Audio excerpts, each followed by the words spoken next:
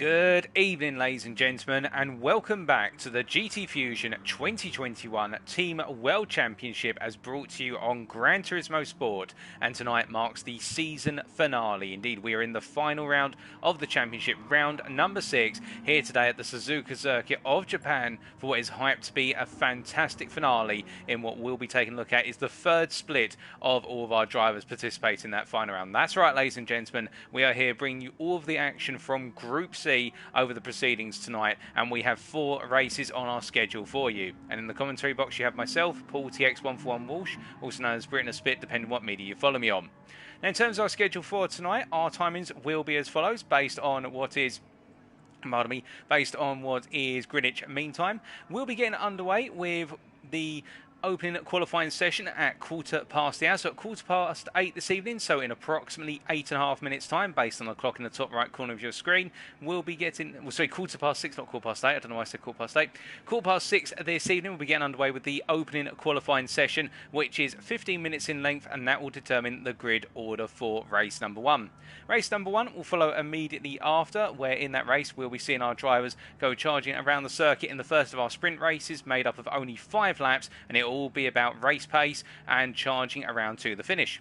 After that, we will then set up the grid for race number 2, which is our second race, of course, our feature race, which will have the more strategic orientated element within there with the mandatory pit stop. We'll talk more about the mandatory pit stop aspect shortly, as I try to get my words out correctly, but that will be a 15-lap race and a rather different race, and the grid there will be reverse grid based on the results from race number 1. We'll then be taking a 15-minute break with the aim of returning by approximately what will be 7:30 Greenwich Mean Time or UTC for the build-up to the final 2 races, and that build-up commences, of course, with qualifying session number 2 at 7:30. Now, at that point, it will be a 5-minute qualifying session to determine our grid order for race number 3. Race number 3 being another 5-lap sprint, and straight after that, through a reverse grid order based on the results of race 3, we'll be setting up the grid for and going racing in the final race of this evening, and that will be the final feature. That will be race number 4, another 15 laps, and that will bring the curtain down on Group C's racing of this year, and indeed will simultaneously be bringing down the curtain on the GTFusiOn 2021 Team World Championship on Gran Turismo Sport. The 13th instalment of this championship, and indeed, when you think back to 13 years ago where it all started and how far we've come, it has been an incredible journey, and it's great to bring you this once again tonight. Now, with respect to the overall proceedings, in terms of what you can expect here at the Japanese circuit, let's take a step back and tell you why we picked Suzuka. So in the Mie Prefecture of Japan at the Suzuka Circuit, and you might be thinking at this point, okay, it's a circuit that's known very well for a number of reasons, most prominently within real-world racing, particularly in Formula 1, alternatively Super GT, or a number of other Japanese homeland-based series, and also series around the world, including the GT World Championship. And in the sim racing world as well, you'll know there's a number of endurance races that take place here, predominantly on, say, iRacing, also a set of course of competition, and of course on GT Sport. And there's been FIA races here. But the reason we are at Suzuka today is because this year we were expecting over the weekend of August the 20th through to August the 22nd for the 10-hour Suzuka race to be held by the SRO as part of the GT World Challenge. But unfortunately, due to the COVID-19 outbreak and the ongoing nature of the outbreak and restrictions within Japan, it was decided that the event would be cancelled. So that was going to be the basis for us bringing you the racing here at Suzuka, albeit in the virtual world of GT Sport. However, despite that being cancelled, we thought, you know what, we haven't cancelled GTFusiOn, so why should we cancel taking the racing to Suzuka? And on top of that as well, let's go one step further. Many of you know that GTFusiOn over the course of this year and preceding years has always involved one-make races, where it's always been one car has been specified, the settings of the car have been specified, and then we told our drivers to get practicing and get ready to go racing. Tonight, we are looking at a multi-make series race, whereby we're going to be seeing 8 different types of car available to our drivers. Our drivers in the build-up to this round have had the best part of a month in order to prepare their car choices. They're only allowed to take one car to the circuit tonight. They're not allowed to change cars between races. They have to take one car and stick with it throughout. So our drivers have been furiously at work over the last 4 weeks in choosing their car and tuning it to its finest, because we have permitted tuning here, and it's the case that our drivers will have the choice of the following cars.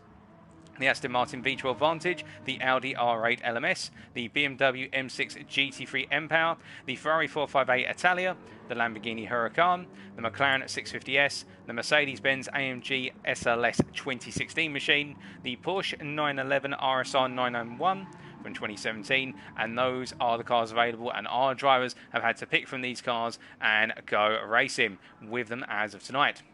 Now, as we look over to the chat, we say hello to all you guys and girls that tune in. I hope you're all doing well and that you're all feeling positive and looking forward to some fantastic racing. Indeed, you've had good weekends so far. Whilst the weekend is gradually coming to a close, we're definitely going to bring the close to the weekend with some fantastic racing ahead. As we say hello to ATR Benek there. We've also got Camilek 2425. We've also got El Loco Sim Racing TV. And it's good to see you all in here. And I hope you're all doing well and smiling from ear to ear.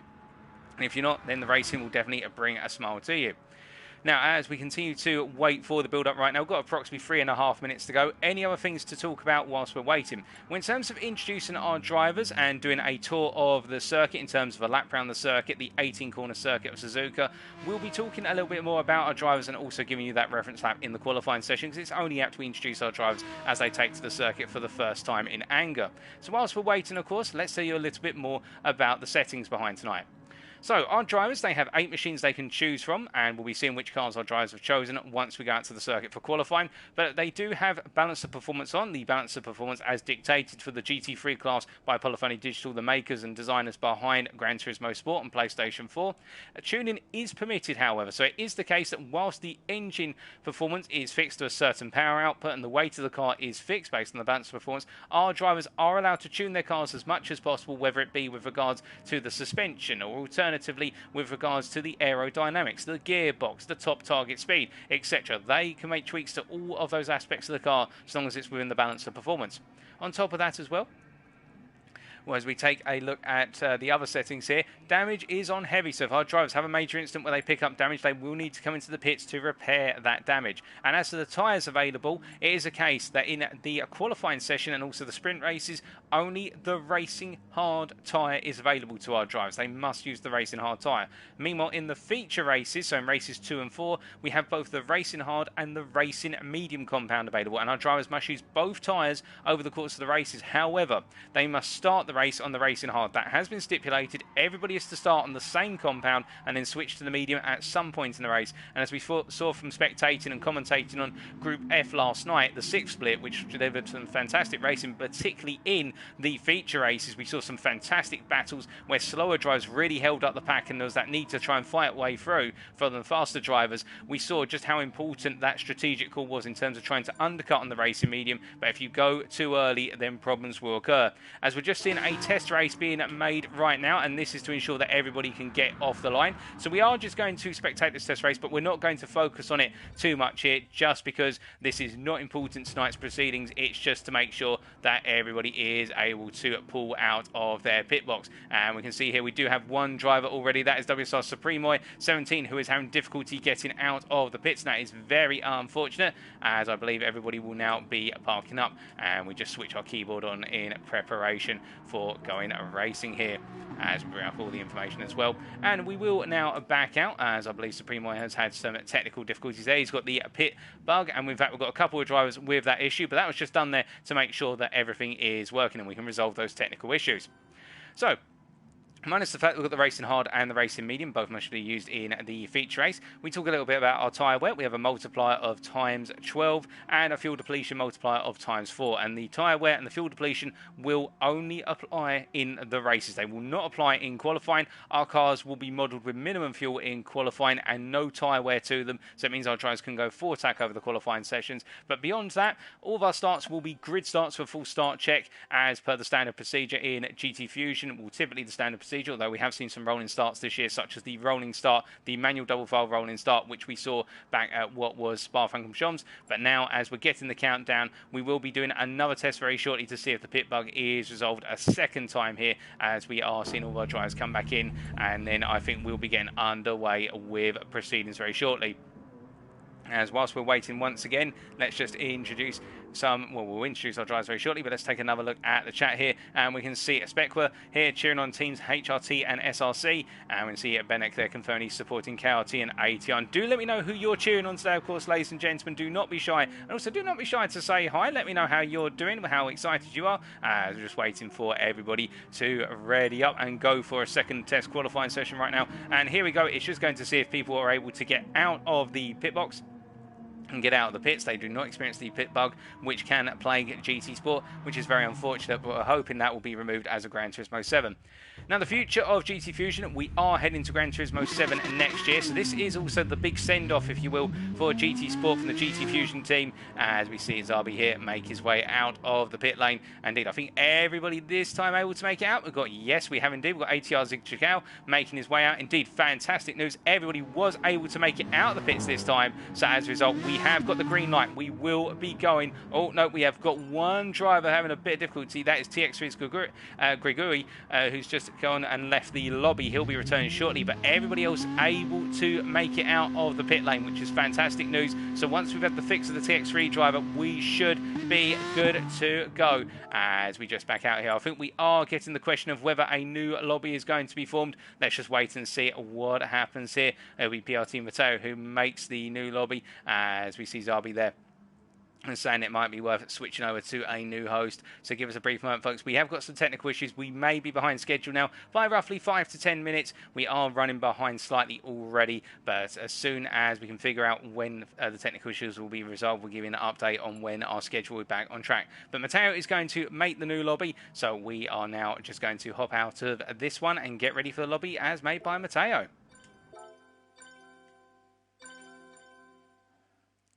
And this does happen, of course, every so often. We do get these little glitches from Gran Turismo Sport. As I'm just making sure that I've got Matteo on my friends list here, so that way I'm able to join him. Of course, everything being set up as much as possible in advance. And you won't be able to see this right now, but we will get things fixed as soon as possible for you.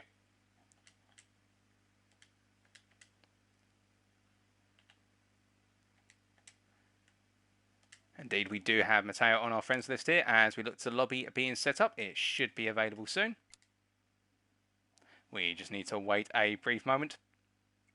But we did see yesterday the dominance of the Aston Martin Vantage V12 in terms of qualifying and overall pace. But then again, we also did note how the BMW M6 was very strong through the handling sectors of the circuit. It just did not quite have the acceleration on the straights.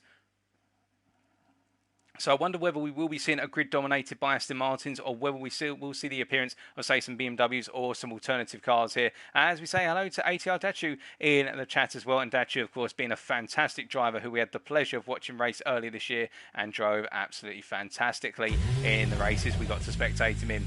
But whilst we are waiting to rejoin once again, we can see everyone now piling into the revised lobby here. And everybody itching to go racing. I'm definitely itching for our drivers to go racing right now, because it's absolutely exciting stuff. Indeed, the longer we have to wait, it only builds the anticipation even further here. As we can see, all of our drivers have rejoined the lobby here, and we are going to have a grand total of what is expected to be 13 drivers taken to the Japanese circuit tonight, as they all make their way out of the pits once again here. And we are seeing some car diversity already, but we're just waiting for everyone to make their way out onto what is the circuit, so that way they can confirm they are able to leave the pit lane here. And I believe it's going to be PRT Mateo, who is now going to be our lobby host for the purposes of the rest of tonight's proceedings, and he will also be our track side steward. We had to use our backup host due to the fact we're having those issues with what was Kersted Arsabi, as he is representing Prima, but we'll talk a little bit more about that when we introduce the drivers, as we're just waiting for everyone to pile out the pit lane and make sure they can actually make it to the circuit. But we're already seeing quite a few Aston Martins. We are seeing, however, a Mercedes there by looks of things, but we'll wait and see. That is Matteo in the Mercedes. As we're just waiting to see if Texas Doyle can leave the pit lane here. And we've also got Zichikao there from ATR in the Mercedes by the looks of things, but more on that in a second. We've got quite a split of Aston Martins and Mercedes, as we get another test qualifying session underway here. I'm assuming there's going to be a couple more tests, and if we still have the issues, we may have to press ahead as best as we possibly can, as we now wait for this test session to complete. It's only going to be roughly 30 seconds to a minute, as everyone has to check they can get out of the pit lane here. as we already see some drivers emerging from the pit, and I believe that is Bezzy in particular here who's making his way out as he charges down. And it does look as though everybody's successfully making their way out this time, which is great news to see. Although I think we may have one driver who's taking a bit of time getting out of the pit lane, and that is Supermoy, who's still experiencing the pit glitch, which is very unfortunate. But he's returned to the pits right now, so I think it is the one driver who we might be still having that issue with. Yes, it is indeed.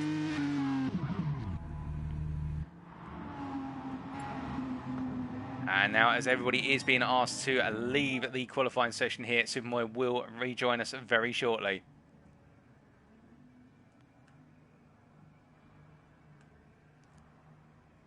Now, a little bit about the Suzuka Circuit, whilst we are waiting for things to get fixed in terms of its nature. It is a circuit which consists of 18 corners here, and as you can see from the circuit map in the centre of your screen, a rather unique circuit, one of a rare number of circuits to involve a figure of 8 layout, where you essentially have one part of the circuit running underneath another part of the circuit. Of course, there is no direct crisscross between the two parts of the circuit, otherwise that would be very dangerous, although it may be something that you see in a demolition derby. But it is the case that we have a crisscross, a figure of 8 layout with one part of the circuit going over another part, and I believe we are getting ready to go qualifying.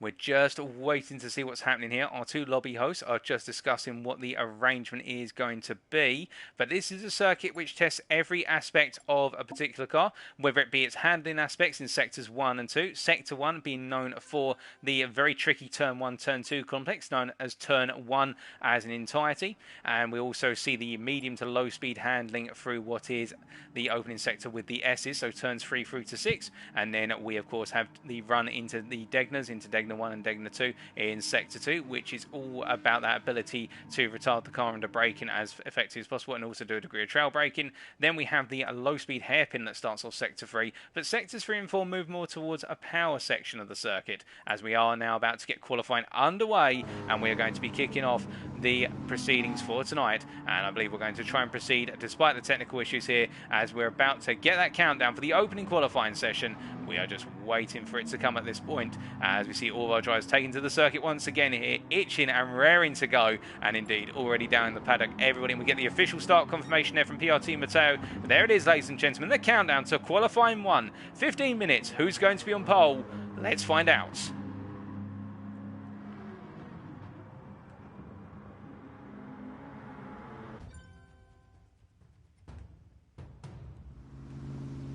So as the qualifying session gets underway then, and all of our drivers begin to make their way out of the pits, we are going to start to introduce our drivers one by one, and we will do so based on their ranking points, or their RP, going into the season finale, starting from highest to lowest. Now, for those wondering, in terms of the average ranking points for our drivers over the entire of the lobby, it was 1,267.49, and we start off with our highest rated driver going in tonight, and that is GTD's Texas Doyle, the Italian driver here, the Italian stallion as we might want to nickname him, because of the speed he has carried in other rounds of the season, as he brings around the Aston Martin V12 Vantage tonight on a ranking pointage of 1,270.88, representing Team GTD, a very fast driver and one of the firm favourites tonight to do very well over the course of tonight's 4 races. He is closely matched by Bezzy 02, who has come out behind him, the Polish driver here, making his way through the Degners right now in the V12 Vantage of his own, representing Team HRT, and he from Poland has a ranking of 1,270.62, so not too far off of our leader in the lobby. And then we have to go to 1,270 flat for KRT Adamus, and I believe Adamus is a bit further down the order, and here we can see Adamus in fact making his way through Degner 2 and up towards the turn 11 hairpin, as he'll be bringing the Mercedes AMG SLS GT3 2016 car tonight. Indeed, Adamus here, a very capable driver representing Team KRT, and we look forward to seeing how he can get on once again. We then got our 4th place driver on a 1,269 base ranking, and that is SRC's Kamiko GT, and I believe the SRC driver is currently just making his way through Spoon, and here he is representing team what is HRT. We've got quite a few drivers from HRT in here. In fact, we've got 3 drivers from HRT, and we've also got 3 drivers from KRT. We'll talk more about them in a second, but Kamiko trying to get some heat in the tyres right now in the run down towards 130R in the Mercedes. Another Mercedes driver here, and he's getting ready to go on to his opening flying lap. We've also got SRC Angelov, who's our next rated driver on 1,268 ranking points. And where is Angelov, you ask? Well, Angelov is a bit further down, and you can see him in the Aston Martin Vantage here, deciding to split the HRT drivers between the Mercedes and the Aston Martin. This may be an interesting strategic call later on in the races if they do deploy some teamwork. And we know Angelov. Many of you will know Angelov, of course, from a number of FIA races, particularly in second and top split. A very fast driver, Angelov, and very well known and liked amongst the EMEA community, and we look forward to seeing what the Polishman is able to do tonight. You then got to go to 1,267.78 ranking in order to get to our next driver, and that is, if I can find him out on circuit, that is KRT's Bailey 1000 RR. We'll be referring to him as, well, not Bailey, sorry, Bialy. We'll be referring to him as Bialy from this point onwards. The Aston Martin driver here representing team KRT, and the Polishman making his way through the chicane right now known as Casio Triangle. You then have to go to what is 1,267.60 ranking points for what is WSR's Supermoy 007, or 17 there in fact. That is a mistake on our sheet. That is Supermoy right here, and you can see the Belgian from team at WSR, the Y-Sim Racing community, making his way through the Degners right now in the Aston Martin V12 Vantage. We know that Supermoy, a very fast driver and a very capable driver, and we're expecting great things from him despite his ranking, and we're expecting him to come right up the order, particularly in this qualifying session. And then you have to go a little bit further down to 1,267 at base ranking in order to get to our next driver, and that is CBR's Matteo Esse. And I believe Matteo Esse, he's not in the lobby as it currently stands, I don't think. I think he might be joining us a bit later on, or may not be joining us at all tonight. We'll have to wait and see, but he would have been representing INCR if he were in the lobby right now, the Italian, and we wish him well. We then got our lobby host and our trackside steward of what is PRT Matteo, and well, the Mercedes driver, he's bought the Mercedes SLS as he makes his way down towards what is turn number 16. Here he goes into Casio Triangle, and Matteo is on a ranking of what is 1,267 flat, much like Matteo Esse, but referring to the PRT driver from this point onwards, representing Team PRT, the Polishman, as he crosses the line there and sets a 158.0. We'll wait to see how that plays out as all the laps come in. You then have to go down to 1,266.69 to go to our other lobby host, and that is Kasedar's Zabi here. And we can see Zabi representing Team Kasedar in the Aston Martin Avant. Well, in fact, he's representing, my apologies, he's representing Prima. This is the last race he was stating before tonight where he'll be representing Prima Esports. And as he makes his way through turn number 5 right now, we can see Zabi, the Slovakian driver, getting ready to do everything he can tonight to end his association with Prima, or at least for this series, on a high, and do everything he can in the 670 car. We then have to go down to 1,265.80 ranking points to get to our next driver, and that is ATR Zig Chikau. And I believe Zig right now just making his way around, and we can see him here in the Mercedes SLS as he comes charging around in the AMG machine down towards Degner 1. And then we have got GTPL's Bax, who is our next driver, and GTPL Bax currently at P9 in the standings here in the Aston Martin V12 Vantage. The Polishman on 1,264.35 ranking. He's another KRT driver, much like Zig Chikau. We've got plenty of KRT drivers in this lobby. And then last but not least in terms of our rankings, but no least in terms of driver performance, we have TX3's Gry Gui, and we'll be referring to him as Gry from this point onwards. And we can see the Frenchman here making his way through Spoon in the Mercedes AMG SLS machine, and currently P4 representing Team TX3 on a ranking of 1,263.39. So that's all of our drivers introduced. We are, of course, missing one driver, our INCR driver, Matteo Esse, and we hope that he does join us at some point. But after the first round of flying laps, it is the case that right now GTD's Texas Doyle is currently leading the proceedings in this qualifying session. He has the provisional pole of a 57.658 as he improves to a 57.517. That is an impressive improvement by almost 2 tenths already, and Doyle raising the bar well before anybody else is able to react to it. And I do wonder at this point whether Doyle has said, you know, I want to get in a really good early pitch and show to everyone just how fast I am, as we see Supermoy here making his way on through. What is the Casio Triangle, and he's currently provisional P2 for WSL with a 57.74, and he has not improved on that lap. He's had a bit of a bad lap, and I think he's been getting himself ready to go on to another one. P3, meanwhile, is Bezzy here on a 57.9. He did not improve on that previous lap. He makes his way on through, and then we've got the TX3 driver of Grigui here making his way through what is the S's right now as he comes down through turn number 6 in the Mercedes SLS. And to be fair, to get the Mercedes onto a 57.9 and be only 4 tenths off a pole right now, we saw in Group F last night just how strong the Aston Martin was on one lap pace compared to the other cars, the Mercedes and also the BMW M6. And whilst we do not have any BMW M6s here tonight, the fact that we're seeing the SLS perform so well is an indicator that perhaps it just was not being able, it was not deployed as much as it could have been in Group F by our drivers who were using it there, and perhaps our drivers who will run it tonight have a little bit of an ace up their sleeves. We'll have to wait and see, of course, as Gregory makes his way through 11 and into 12. But we can see Angelov here has improved to what is P3 on a 57.919, only 8 thousandths between himself and Bezzi in P4 as he moves up onto that second row of the grid. And we can see KRT's Bialy, meanwhile, the KRT driver has got up to P5, and his last lap that he put in was a 57.929, and that's only 2 thousandths off of Bezzi right now. That's how close it is to get onto the second row, let alone the front row of the grid, as we continue to look down the order. Matteo in P7, and then we've got SRC's Chemico GT here, and of course Chemico making his way around representing Team HRT, or sorry, Camcio I should say, as he makes his way through 130R turn at number 15 and heads down towards Casio Triangle. And as he makes his way into the heavy braking zone here, we're going to jump on board with Camcio as he takes us around for a lap of the circuit in what is the Mercedes SLS.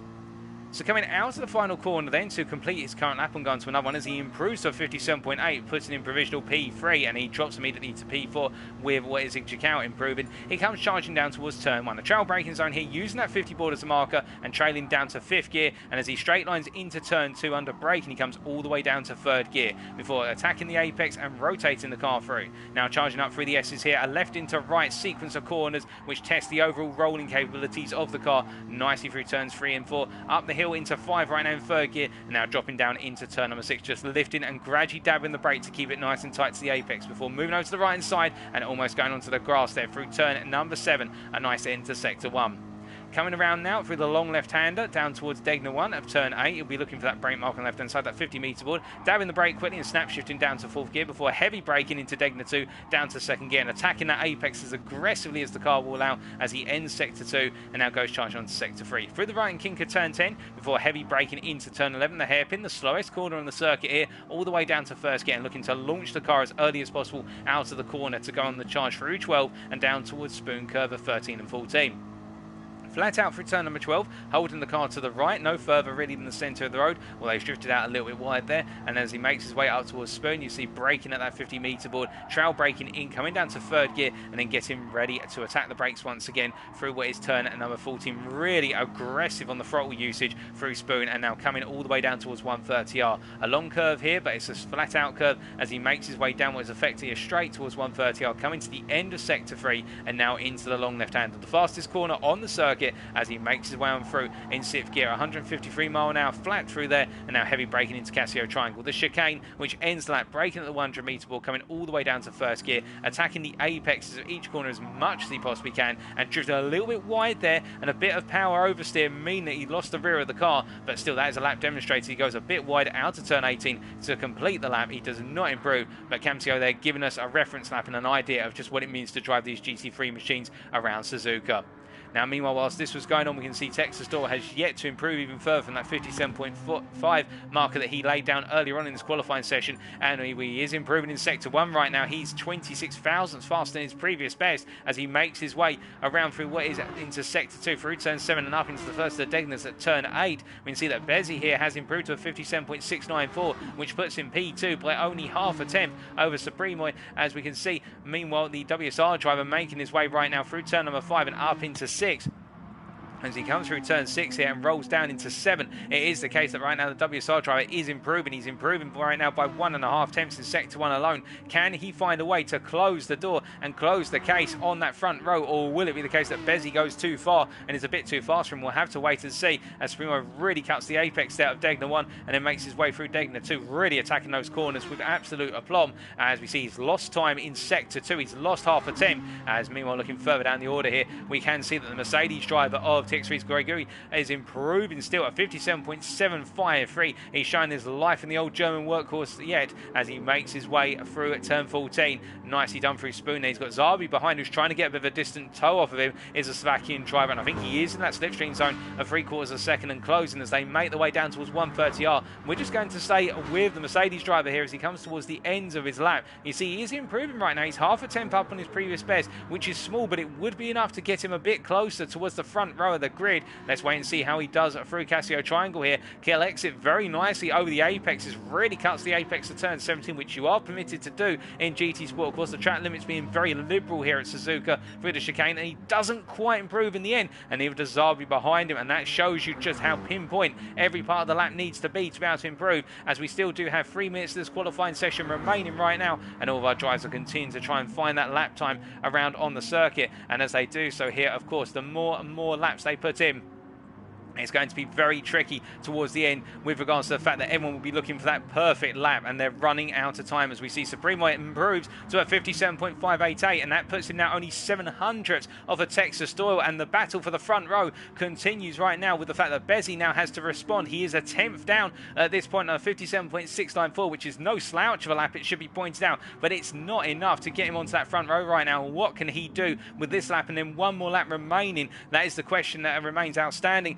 As we see, meanwhile, a little bit further down the order in P5 provisional, it's ATR Zigchikal right now on a 57.795, and that is only 400ths of a TX3's Gregory. As we can see, Zigchikal making his way through at Degner 2. He's 200ths up on his previous best, is the Polishman, as he makes his way up towards the hairpin here. And to be fair, if he can improve by that margin, it may give him a bit of a safety net over SRC's Cam Siao, who is in P6 right now and only 400ths off, and that's how tight it is between all the drivers here. And speaking of our P6 driver, well, he's just making his way ahead of Zigchikal through turn 12, as we hear that Texas Doyle has jumped to the pit, and that means Texas Doyle will not get another lap in. So Texas Doyle, I believe, is confident that what he's done is going to be enough to give him pole position. We'll have to wait and see whether that rings true or not, as the Italian has re-emerged from the pit, but he's not going to improve anymore.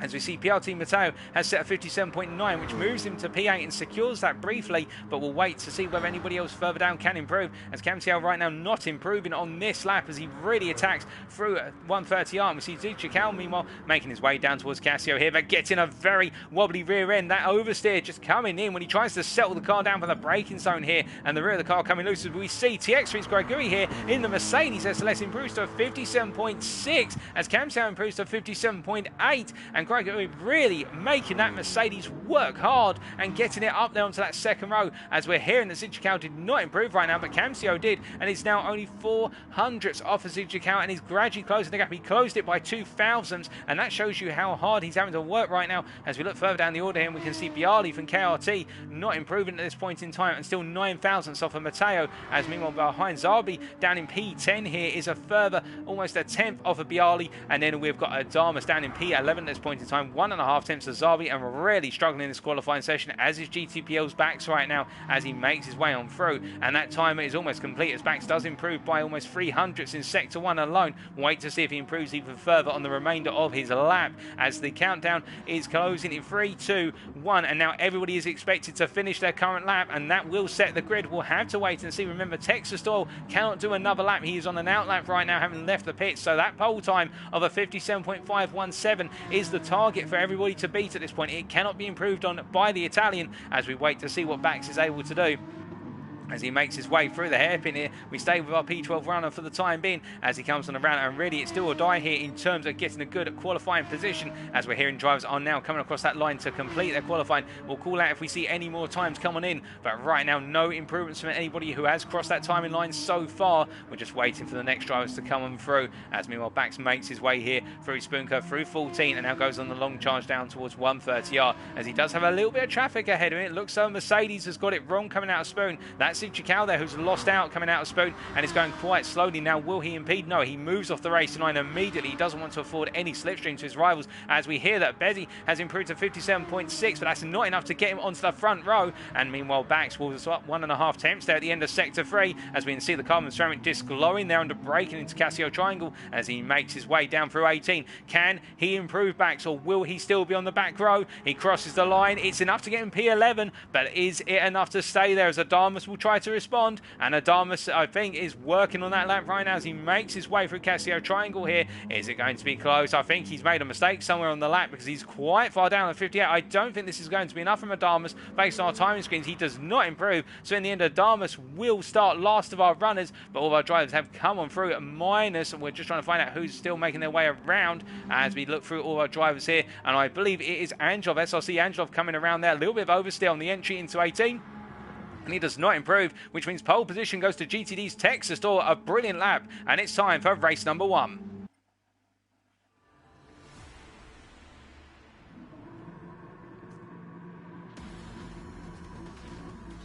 So as we pan down to the grid for the first time, it is Doyle on the right.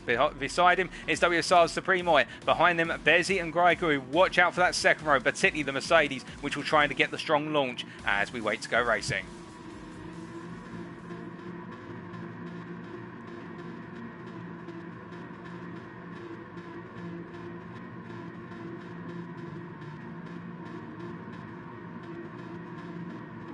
And it's lights out and away we go for race 1 of Group C as we see Texas Doyle gets a good start and immediately Supremo goes to cut off Bezzi there as the Aston Martin drivers all go on the offensive, and we see Grigori losing out considerably in the run down to turn 1 as he's being swamped around the outside by multiple drivers, and we see Zig Chikal there going up onto the AstroTurf and getting it very wrong and almost losing the car as Grigori regains the place, but Camcio is forced off circuit there as they all make their way into the S's and everybody fights their way through. We've got a car off there in the run into the S's, and we just briefly saw that. We'll have to try and identify who that was very shortly, but it's been a very, very tricky start for a lot of our drivers. As we see there, they'll make their way through, and Camso has got on his inside Bialy here, who's going to be on the outside into turn at number 7, and as they make their way through the left-hander here, I think it's only going to go one of two ways, as we see the two Polish drivers going toe-to-toe here as they now settle back down into a line, making their way into Degner 1, coming on charging on through it, and all the batting now starts to calm down to an extent as everybody gets themselves up to rhythm. But I do think we may have an instance where these two drivers cannot see each other in the lobby because they are clipping into each other right now, and this could be rather difficult for both drivers here if they feel the effects, as we see Bialy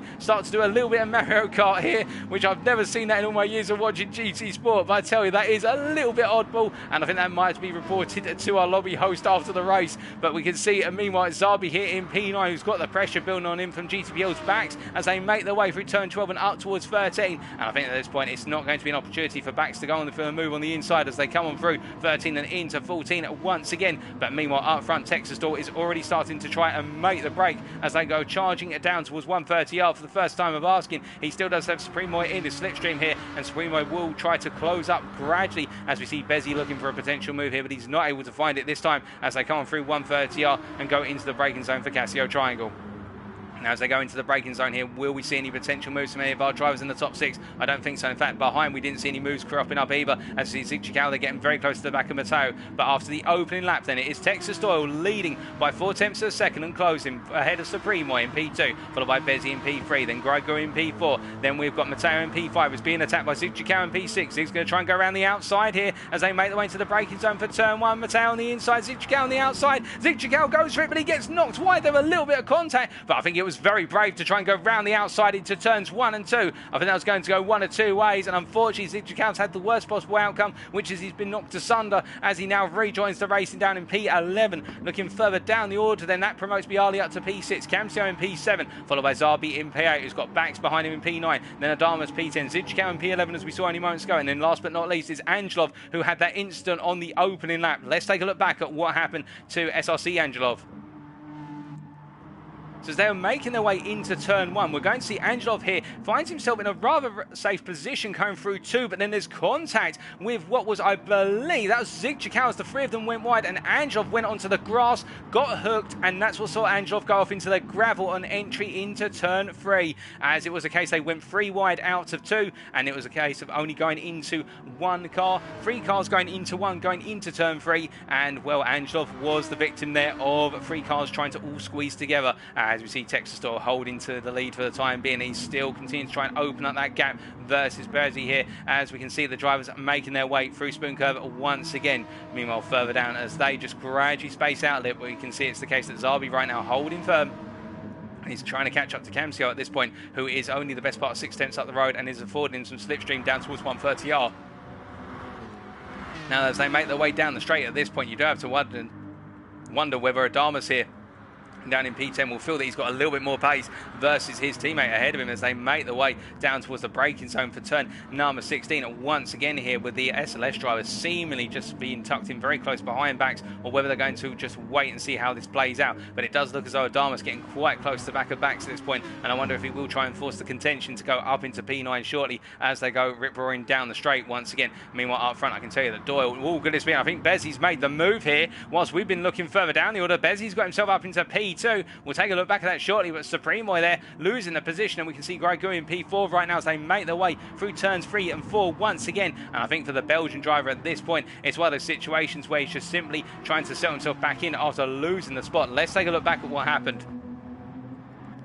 So this was moments ago, and in fact it's happened well before. I think it's happened under braking into Casio Triangle because of the way it's played out here and the fact that Bezzy was ahead before they even came down to turn 1. But you can see how Texas Doyle felt intimidated here and had to go defensive early versus Bezzy, who tried to look to that outside, but it wasn't to be. As now we look back to the live camera footage and we can see the Supremo is gradually dropping backwards from Bezzy slightly and heading towards where it's Grigori further behind. Well, I say that, and he gets the better run out of Degner too and gets closer to P2. As we see further back there, we have got Matteo, who has now got Bialy closing up behind him as they make their way through the hairpin once again here on lap number 3 of 5. And as they come roaring on through, no potential moves really open up in the midfield yet, but it's definitely building up as we look back towards our leader right now, and we ride on board with Texas Doyle here as he takes us into Spoon Curve. And you can see behind Bezzy at this point starting to fall back just a little bit through Spoon as the gap opens up to 6.5 tenths and pushes. In fact, it's gone beyond 6.5 tenths. It's almost there, 8 tenths, but in the end, Bezzy gets a good exit out of Spoon, which enables him to stay within the slipstream of what is Texas Doyle as they make the way down towards 130R. But you can see the Italian is really pushing at this point. He wants to break that toe and he wants to get away because he hopes that Bezzy will then fall back and fight for P2 versus Supremo and Grigori, which would give Texas Doyle the opportunity to comfortably run this race to the win as they make their way through Casio Triangle once again. And you see all drivers making their way safely on through, as meanwhile further back it is the case that the pack is starting to bunch back up again. But it does look as though that with that glitch of where Camcio is not able to see Bialy, the two drivers stepping over one another as they make their way down onto lap number 4 here. They come charging down the straight. You can see Bialy here pulling off the race, and I think going defensive versus what would be Zabi there. And look at Bax trying to get in action as Zabi tries to go around the outside, and he looks like he's pushed wide, and so is Bialy there as both drivers end up going wide. And Bialy, Zabi spins on the AstroTurf there as he tries to rejoin. Now that was very unfortunate for both drivers, but what exactly has happened? Let's take a look. So this was moments ago, and let's ride on board with Baxter to try and get an idea of how it played out. So we saw Bialy go defensive early on the straight here, and Zabi decided, okay, I'm going to try and go around the outside and be brave. Bax, meanwhile, looked between the two of them, couldn't find the space. Bialy made contact with Zabi, which sent Zabi off, and then Bax tapping the back of what was Bialy there, sent the other Polish driver off. So as a result, Bax there involved in that instant. I think there might be a word to the stewards with regards to both of the Polish drivers there in that battle with the Slovakian as they make their way racing once again. Meanwhile, up front, I can tell you that Texas Doyle still holding on to that lead and is now breaking the slipstream to Bezzy. He's opened up that gap to 8 tenths of a second. It's oscillating between 3/4 of a second and 8 to 9 tenths, but we can see here at this point Texas Doyle definitely trying to make that break.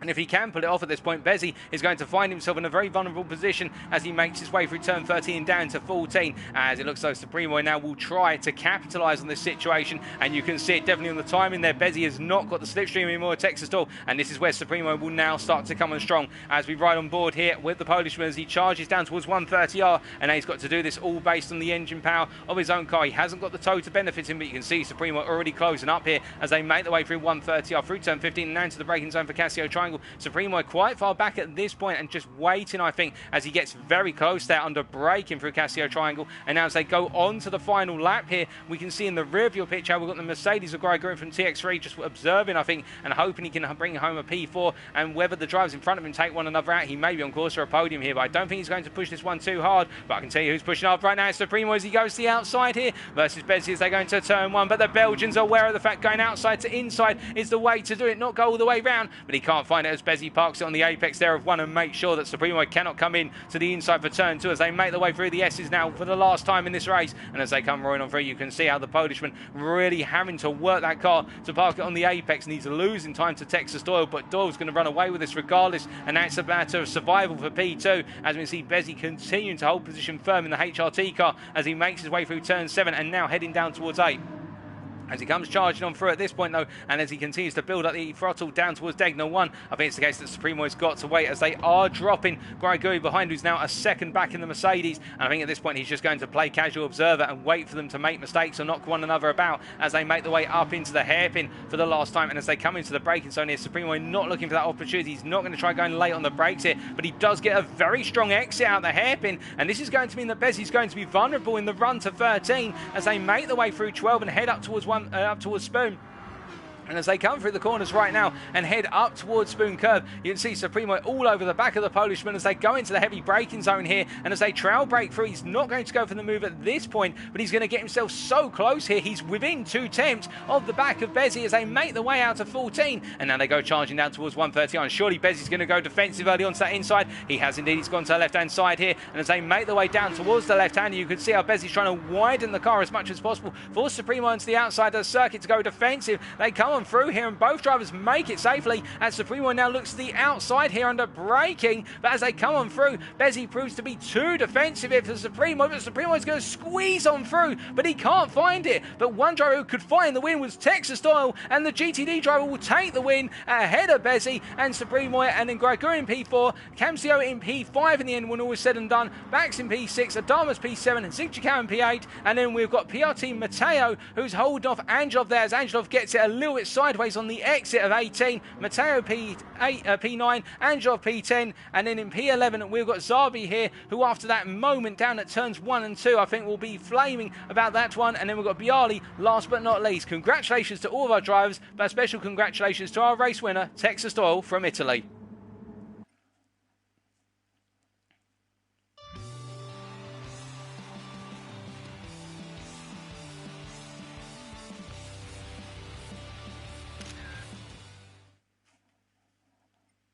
Well, with the opening race being one to a wheat our appetite, it is the case that we're starting to build up to the main course of the feature race. But before we do, it's time to take a look at those race results. GTD's Texas Oil then taking the win, subject to stewards' inquiries, of course, all these results, taking the win by 2.1 seconds over Bezzy 02. And our podium being rounded off by WSR Supremo there, who tried to go for the move into Casio Triangle but couldn't quite find the space in order to complete the move. Our top 5 being completed by TX3's Grigui and SRC's Camcio GT. And then outside of the top 5, the rest of our order, GTPL Bax, KRT Adamas, ATR Zigchikau, PRT Mateo, SRC Angelov, and then KSZR Zabi. And last but not least, KRT Bialy 1000RR. And the fastest lap was set on lap number 2 by Bezzy 02 in the Aston Martin V12 Vantage of 159.022. As we now get ready for the feature race. And of course, it will be a reverse grid based on the results of this race. And we can expect that means that Bialy and Zabi will line up on the front row, and then we take all of our drivers backwards in order, and Texas Oil will now have to try and get all the way through the pack from the very rear of the grid. As we can see that our drivers now getting ready to go racing, and as we are waiting for our next race in this sequence, you have to imagine now that our drivers have had a bit of exposure to racing one another at the Suzuka Circuit, they'll take that information and put it into their databases for the purposes, their mental databases, of course, for the purposes of the feature race, thinking, okay, well, how do I work the strategy? I'm going to be in this reverse grid situation right now. How do I find a way to get the best possible result and come through the field? Well, that will be the big challenge, of course, that every one of our drivers faces, but none more so than the likes of Texas Oil, Supremo, and also Bezzy. Our 3 podium finishers will be looking to come through and make it 2 podiums out of 2 in 2 races as we wait to see how they get on. But whilst we are waiting for our feature race to kick off, the first of our 2 feature races, we do say hello to more of you in the YouTube chat here. We can see that we have got HRT Rolnik there saying hello and good luck to everyone. And good evening to you, Rolnik. We've also got Bartosz Takitam there, who looks to be doing very well and has a heart for ATR KRT, which is great. We can see ATR Dachu saying Polish lobby there, and indeed Zenkyu as well, who we say hello to, saying Lobby C got claimed by Poland. It does indeed seem that we've got a large number of Polish drivers here, but it's always great to see Poland being represented. We've also got Pierre Chatura there, one of the brains and masterminds behind GTFusiOn, which is great to see, Pierre. It's good to see you doing okay and enjoying the racing. We've got ATR Benek there, who's cheering on Zigchikau. We've also got, by the looks of things, after the floating car, car, which brought some amusement to some drivers. We've also got Paolo 80 there saying go Texas go, GTD drivers for the win. And we've also got Pios Go there, who we say hello to as always. We hope you're doing well, matey. And we can see a GTD Black White Robbie there cheering on his GTD colleague of Texas there. As we get the countdown, it's time for race number 2.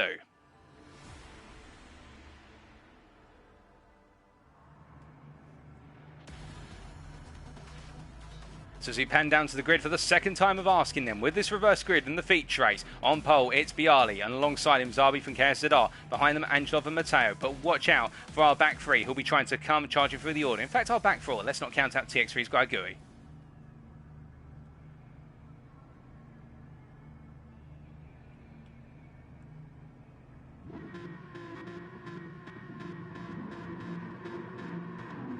And we can see there as the lights go green and a little bit of a false start by looks of some Zabi, but it's settled down as all of our drivers get away in the end. That was a little bit of an odd start, a bit of rolling in the boxes. But Bialy already on the outside with Zabi trying to go up the inside here and getting a little knock from behind by Matteo, but that's enabled the Slovakian to get ahead. As you can see behind Matteo now trying to get past Bialy as they make their way through turn 2 and head up into the S's. Bialy's going to try and keep his nose into the inside of 3, but he's going to be on the outside for 4 as there's contact with Angelov there, and Angelov trying to make his way on through, and he's up into P3 as Bialy is knocked about to an extent, and as they all make their way now through the right-hander at turn number 6, they make their way on through. We can see that Bax is now trying to come past his fellow countryman as they make their way into 7 side by side, the two drivers, and this is not where you want to be for either of them as they make their way through the corners and come charging down towards turn number 8. And as they head into Degner 1 here, one of them's going to have to back out, and it is Bax who goes for the inside here, and Bialy backs out in the end as we see Zigchikau behind, as we do have a request for a restart by the looks of things. Now I'm not sure what's happened here, but we are getting the call for a restart of some description.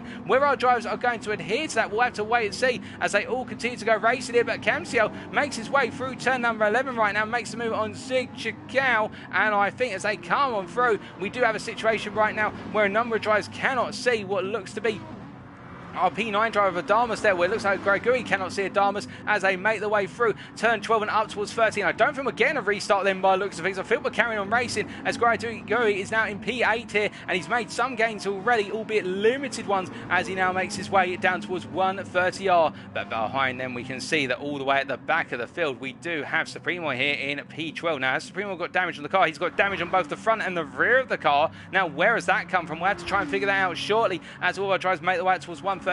But our leader right now, Azabi, in a world of his own as he makes his way through Casio Triangle here, and he is going to come around to complete the opening lap. So after the first lap, it is Zabi leading by 1 second over PRT Matteo in P2, followed by Angelov in P3, and then we've got Bax in P4, followed by Bialy in P5, then Camcio in P6, followed by Zigchikau in P7, Bezzi in P8, then Guigui in P9, who's battling here with Adamas in the battle for P9, but Bezzi's going to be caught out here as they make their way up. We see Supremo into the pits due to damage, and as Guigui tries to go around the outside of Adamas here to hold the position, he does so very bravely. He went all the way round. You can see Adamas still there as the two Mercedes drivers, who I think cannot see one another by looks of things, unless they're just clipping off of one another due to latency, but it is a little bit unclear whether they can see one another on the circuit. Texas Doyle meanwhile in P11 and just watching this as Supremo has lost out massively and has had to come into the pits to go onto the medium tile ready to repair the damage. I suspect Supremo will now be on a 2-stop, and remember the time loss for a tyre change alone here is somewhere in the region of around 22 to 24 seconds, so that is a real crippling amount of time if you've got to make an additional stop here. As we saw, the overall strategy was the 1-stop last night in Group F. Will we see that again today here in Group C? But meanwhile our race leader just holding firm for the time being and trying to make the break, as we see it back here in P4 forming the next pack of drivers, our midfield pack if you will, as he makes his way out to turn 11 and through turn number 12. Bialy behind, meanwhile, just losing ground to Bax at this point, and we can see Camcio here closing up rather rapidly as they make the way through the right-hander at 12 and up towards 13, and as they come charging on through towards Spoon Curve here, you can see how Camcio closing up under braking very rapidly, very strong on the brakes is Camcio in that Mercedes. The Aston Martin drivers seem a bit more sensitive to the brakes into Spoon Curve by comparison, particularly when trail braking, and that's the difference between the cars as they make their way now towards 130R once again. But you can see here as well the difference in acceleration, where Bialy just has enough grunt in the lower RPM range in order to stay ahead, as we see there Bezzi holding position for now as they all make their way through 130. I think we've got multiple drivers off circuit here as it seems to have erupted. Zigchikau went off, and we can see Texas Doyle trying to come from the inside of Zigchikau here as they make their way through Casio Triangle. And Texas Doyle's going to try and hold it, but Zigchikau says he's also going to keep his nose in the fight there through 17. And as they make their way around to complete their second tour of the circuit, it is the case that Texas Doyle is still there, battling with Zigchikau as they come charging down towards turn 1 once again. And as they make their way down, it's Aston Martin versus SLS Power. As they come into the corner, it's the case that Texas Doyle is going to have that inside line and gets it nailed on the spot. Zigchikau goes up onto the curve there and goes for a spin, and that is very unfortunate for Zigchikau. I think there was contact between the two drivers, and we've seen that time and time again when two drivers have tried to go into turn 1. It has not worked out for the driver who's on the outside typically, as they all make their way under racing right now. But two drivers have experienced major incidents, Zigchikau and Supremo, and that's why they're both towards the rear of the field. As meanwhile, Adamas now chases after Texas Doyle, and Doyle already closing up towards Bialy here as they make their way through turn 7 up towards Degner 1, continuing his charge and definitely relentless now. He knows that he can get a strong result here, but of course there will be a bit of a cloud hanging over him now with the contact that he had only moments ago with Zigchikau as he makes his way on through the corners once again and heads up towards the hairpin. He comes charging on through, and as he makes his way into that heavy braking zone, there's no way through this time, but he's definitely trying to find a way on through. As meanwhile, looking at our leader Zabi right now, Kasadar Zabi making his way through turn 12 and up towards 13, holding firm for the time being. And as he makes his way into that corner, racing for Prima Esports, of course, and as he comes through 13, looking good so far, but we are starting to see Matteo in the Mercedes here get a little bit closer after each lap, and it's not much of a gain. He's gained what is approximately half a tenth on this lap so far, and I do think that the Aston Martin is the stronger car when there's not the tyre wear or the fuel factor concerned. But as soon as we get into the longer races, that's where the Mercedes really comes alive in terms of its performance and its longevity by comparison. But then again, it is one of those situations that catching is one thing at Suzuka, passing is an entirely different thing given the narrow nature of the circuit and the fact there's only limited overtaking opportunities here, and to get a move you've really got to have a pace advantage as our drivers make their way to the end of lap number 3 and onto lap number 4. And we can see Matteo here going defensive early, doing a little bit of weaving to try and break the toe to Angelov. He's worried about the Polishman behind him closing up as they make their way into turn 1, and further down the order we can see Texas Doyle here chasing after Bialy. Excuse me, and he's going to look for the move into turn 1. He's just going to feint the move in the end. He's not close enough. He's trying to make Bialy look behind him and forget his braking point rather than now turns 1 and 2. But Bialy does no such thing. Instead goes through the corner naturally, and as they make their way through turn 3 and up towards 4 at this point, the Italian doing everything he can to close up. But I think at this time it is one of those situations where he needs to start thinking about fuel saving, because the more fuel he uses now, the longer he will spend in the pits during his pit stop trying to put fuel in the tank. These cars will not make it on a single tank of fuel, as we saw in Group F last night. It will be the case they have to take on fuel in the pits, but how much fuel saving can they do on the way? And that's why the questions that will be confronting Angelo. Oh, goodness me, and Matteo, just as we were looking at him, has got it wrong on the exit of Degner 2 and into the wall. Now, has he picked up damage? He has, and it's full engine damage as well, meaning Matteo is going to have to limp a whole half of the lap back to the pits, and that is Matteo's race effectively now thrown to the wayside, as he has got a long way to go with a damaged engine, and that is going to cost him the best part of somewhere in the region of about 45 to 50 seconds when all is said and done, and that's without even including the pit stop when he makes his way around, as Matteo really has had it go from good to bad to disastrous. And here's how it all happened.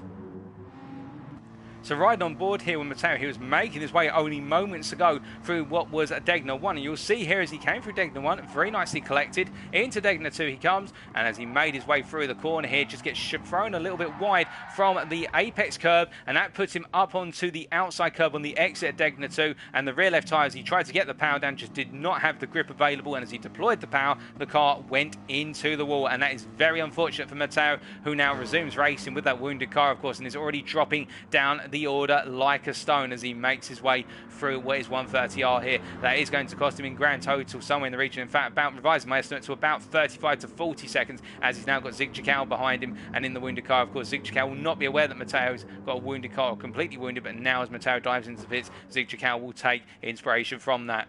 But meanwhile, up front still, on lap number 5, we're almost at the end of the first third of this feature race, when Zabi holding the lead, as Angelov, now in P2 with the loss of Matteo, continues all the way round through the S's here and goes hunting after our leader. Meanwhile, behind we've got Pax here in P3, and Bezzi, who was our second place driver, of course, in the opening race. He's now in a P4 here and continuing the charge as Supremo has set the fastest lap of the race of 58.5. But of course, Supremo a long way down the order as Bezzy makes his way down and around through what is turn 7 and into 8 into Degner 1 once again here. Looking further back, we can see now it's the case that Camcio here at the head of a pack of drivers, including Bialy. We've also got Texas Doyle here, and we can see that it's a case that once again Camcio and Bialy cannot see one another on circuit instead of clipping through one another, as Texas Doyle here looks at a move on the outside to the inside to outside of what is Bialy. He's going to try and go for it in the hairpin and get the cut back here. But you can see Bialy parking it very nicely on apex and simply saying to the Italian, look, you're going to have to try something more inventive than that if you want to come on through, because this is not happening right now as they make the way through turn 12 and up towards 13. But this is where it gets tricky now for Texas Doyle, because of course he'll want to time this move so he gets the position and doesn't risk losing it again as he comes on through turn 13 into 14. And behind we've got Adamas there, Kautia Adamas just giving pursuit right now but patiently waiting. And of course with the fact that Adamas there is at the back of this pack of 3 cars, you can imagine he may be doing some fuel saving right now because he's effectively getting a free triple toe for his consideration as they make the way down towards what is 130 on. We can see it's Bialy now on the inside here versus Camcio, and he's going to go for it as the drivers make the way through, but Camcio holds the position still as they make the way towards Casio Triangle, and as they come on through the chicane once again here, Bialy just not able to find a way past the SRC driver ahead of him as they make the way down through turn number 18 and head onto lap number 6. Now surely this is going to be an opportunity for Bialy to gain the position, as meanwhile up front you can see that Angelov and Baxi there has been a trade of position, and in fact we'll take a look back at that very shortly, but they have traded places. And meanwhile Texas Doyle here looking for the move on both Bialy and also Camcio, but no way through for the time being. All 3 drivers relentless in their pursuit of P6 and they're not giving in for the time, and Camcio just holding firm. But let's take a look back at how the move for P2 was made. So this was on the exit of turn number 18, and we can see here how Bax had already got the move done as Angelov had to go defensive early, having a poor run through Casio Triangle, and then Bax was ahead immediately. You can see Angelov considered coming back for a move into turn 1, then decided against it and decided to tuck back in instead. So as they make the way on through right now, Bax up to P2, Angelov gradually falling backwards down to P3, and as they make their way through Degner 2, it's one of those situations where I think the tyre wear and the fuel is now becoming a bigger factor. We will on lap number 7 take a look at the driver's telemetry to give you an idea of how much fuel they've got and what their tyre condition is, as we can see Bialy here still holding always. Oh goodness me, and as they make their way through the hairpin right now, it looks like Bialy and Camcio making contact with one another once again, and as they make their way out of 11 and into 12 at this point, Bialy is up a position, but again there is that question of whether the 2 drivers can actually see one another on circuit as they make their way up towards what is turn 13 here. Into Spoon they go, and Bialy now up into P6 and Texas Doyle behind in P8 as we see Camcio just phasing through by the looks of things here. I do think that both drivers cannot see one another, and we may get some more of those very odd, interesting glitches in GT Sport very shortly, as Texas Doyle will now have to deal with both of them if he can see both drivers on circuit, of course. But as they make their way up towards 130R right now, it is a situation where Camcio holding position, but there's contact there, and Texas Doyle is knocked wide by Camcio as they make their way up towards Casio, and you can see that Camcio immediately backing off the throttle there and letting Texas Doyle take the position from the contact, and Texas Doyle now up into P7, but will Camcio come back at him as they go into lap number 7, as we've got a car that's spun behind, and that's Chicao, who's had a major moment, and I think he's into the wall. He's got damage on both the front and the rear end of the car, but whilst that's happening, we can see here how Texas Doyle having to weave on the straight there to hold Camcio at bay, and in the end he does so just about the GCD driver. He's confirmed that he's up into P7, and that is a very critical pass right now because he can go hunting after the top 6 here, and with half the race still remaining after this lap, he's in with a good shout, I reckon, of getting onto the podium if he carries on the pace. It's only 10.5 seconds of our leaders right now, and he's got a lot of pace at his disposal. Now, as we go on to what is the midpoint of the race almost, let's take a look at our driver's telemetries here. Our race leader, Okasadar Zabi, representing Prima Esports, you can see here on approximately 40% fuel, and his tyre was not too bad. That front left, however, picking up quite a bit of degradation right now. Behind him, meanwhile, we can see GTPL's backs, much kinder to his tyres, and he's used a similar amount of fuel. Bezzy behind him on a little bit less fuel, but he's also on very good tyre wear here. And then in P4 we've got Angelov, who's been using a little bit less fuel compared to the top 3, and his tyre wear is somewhere in between the top 3. Then we've got Gregory here in P5, goodness me, as he makes his way through turn number 12, and we can see on similar amounts of fuel to our leaders and similar tyre wear. As we come down to P6 right now, Bialy there, who's used quite a bit less fuel compared to our top drivers, but as he makes his way into Spoon right now, that tyre wear is starting to build up a little bit as well. As meanwhile Texas Doyle here has used the least fuel of anybody inside the top 7 so far, and in fact has really protected his tyres as well. He's done a phenomenal job of protecting both accounts. And then we see Camciel here with a similar amount of fuel to Texas Oil, but a lot more tyre wear to deal with. And then we've got Adamas here, the last of our runners really in terms of this opening stint. Well, it's the fact that Adamas also had that off earlier on, but we can see how the fuel situation is to his advantage, but the tyre wear is, but he is a long way back with the mistake in the incidents that have happened earlier on in the racing. But that means really right now we're looking at a potential 8-horse race for the top 8 positions. And as we see Zabi here making his way down towards what is turn 1 once again. We're waiting for that opening pit stop to occur. But whilst we're waiting for that, we can see Bialy here going defensive versus Texas Doyle on lap number 8 as they come into turn 1. Doyle's going to try to go around the outside. It's very risky as there's contact between the two of them. But Texas Doyle holds firm here and he makes his way all the way round as the camera pans round. And we see Texas Doyle is up into P6 with a very brave move to go all the way round the outside of Bialy there, and I think there might have been a few hearts in mouths down at the GTD garage as he's now up into P6 and carrying on the charge. He is flying right now, Doyle, and he's closed the deficit to Zabi in the lead down to 8.7 seconds already. He's closed it up by 2 seconds almost over the course of a lap as he continues his charge here. Meanwhile, our leader Zabi continues to hold on to that lead through no fault to his own. Is the advantage he has to Texas Doyle closing down. He's putting in every lap he can and trying to protect the car as much as possible. And we see Bezzi here giving pursuit, but he's got Bax who's trying to close up to him here, as in fact I believe it's the situation whereby Bax has actually traded places with Bezzi once again as they make their way through, and Angelov here gives pursuit as well. But a moment ago we saw what happened to Zig Jakau at what was 1:30. We saw just the end of it. Let's take a look back at the full incident. So he was by himself as this occurred. So Zig Jakau, I think, made a mistake of running a bit wide through 130R and essentially getting up onto the marbles. Let's just see if he comes through the corner. So a nice apex there, but just simply not close enough to tighten the corner off. And as a result, went up onto that AstroTurf and the car went for a spin and ping-ponged off of both extremities in terms of the walls. And Zig Jakau will be feeling the pain from that one over the course of the rest of this race. Now down in P11 and 56 seconds off our leaders. And of course, he's made one pit stop and he may have to make another one yet. But meanwhile, as our leaders make their way through the chicane once again of Casio, we see Zabi staying out, continuing to stay out, as Bezzi is into the pits, as his back's here. Are we going to see a mass swarm into the pits? We see everybody in our top 5, minus our leader in. Texas Doyle also into the pits here. What about Bialy? Bialy in and scraping the wall. Did he pick up damage on the scrape? No, he did not. So everybody into the pits right now, minus our race leader. Now, how will this play out, of course? Because remember, we have got drivers who are coming on through, albeit they've pitted. Now, will they come on through and go into the pits once again, or will they stay out here and prove to be a thorn in everyone's side? We'll wait to see as Adamas is in. So I think as a result, unless Matteo now comes in, Matteo stays out. So this could really play a factor in drivers' races. We start to see drivers coming out the pits on the medium tyre. We can see Bezzi here coming out. Matteo's too far back to get involved in all of this, but Bezzi comes out in P2. Angelov in P3. He's gained multiple places. Bax has lost 2 places to both Angelov and also Grigui, with the fact that Bax had used up more fuel by comparison. Matteo, however, has come out ahead of Texas Doyle. And you can see Doyle immediately squirming to try and get past Matteo here, because this is going to be an absolute upset for Doyle. He does not need this right now. He needs to be able to deploy that medium tyre and get it switched on as quickly as possible, because right now the leader, who's out on the old hard tyre, will be gradually losing time to the rest of the guys in front, and Doyle will be losing time to Matteo, and he's looking for it already. He's trying to find a way to get past into Degner 1. He's that close. He's running on the rear of Matteo, but he can't find a way on through, and this is critical right now. He needs to make this pass, because otherwise he's going to lose out so much. Then in the end he'll be squabbling for a top 5, not for the race win, as he makes his way out to Degner 2 and heads up towards the hairpin. Will he send it to the hairpin? He looks for it, but he's not close enough to do it.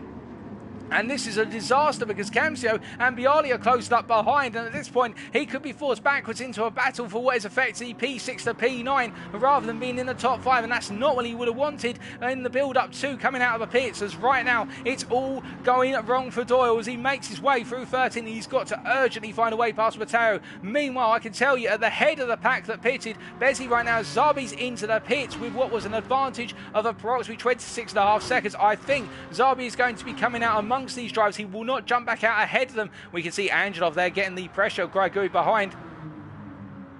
as he makes his way through what is the left-hander there of 130R, and as they come down to the heavy breakers out of Casio Triangle, you see all the drivers really going on the offensive, and Texas Doyle battling here with Matteo and trying to go around the outside to inside for Casio, who looks at the cutback in fact in the end, and he can't find it, and this is really difficult for Doyle right now. He's losing out massively as Zabi comes out of the pits. Now where does Zabi come out in all this? He comes out in P2, and I think he's going to lose out to Bezzi, but you can see here he comes out behind Bezzi, so Bezzi with the undercut there, the one-lap undercut, emerges as your leader after the round of pit stops. Zabi in P2 and Angelov just behind him. Meanwhile, Texas Doyle, oh goodness me, and it's 3 wide, hit 4 wide, albeit 2 drivers can't see one of them. Matteo is knocked off the circuit, and Matteo, I think, is going to be absolutely furious because it's happened twice now where he's been involved in incidents that have completely upset his race, and we can see Texas Doyle here down to P7 as Bialy has come through up to P7, and we can see that it's Camsio up into P6. We'll take a look back at what's happened there shortly, but whilst this is happening, meanwhile up front Bezzi's now trying to make the breakaway from Zabi, and he's got to do it early because those tyres will come back to halt him later in the race, as Zabi has got Angelov trying to close up, but Angelov's not close enough here to make a move. In fact, Zabi is breaking away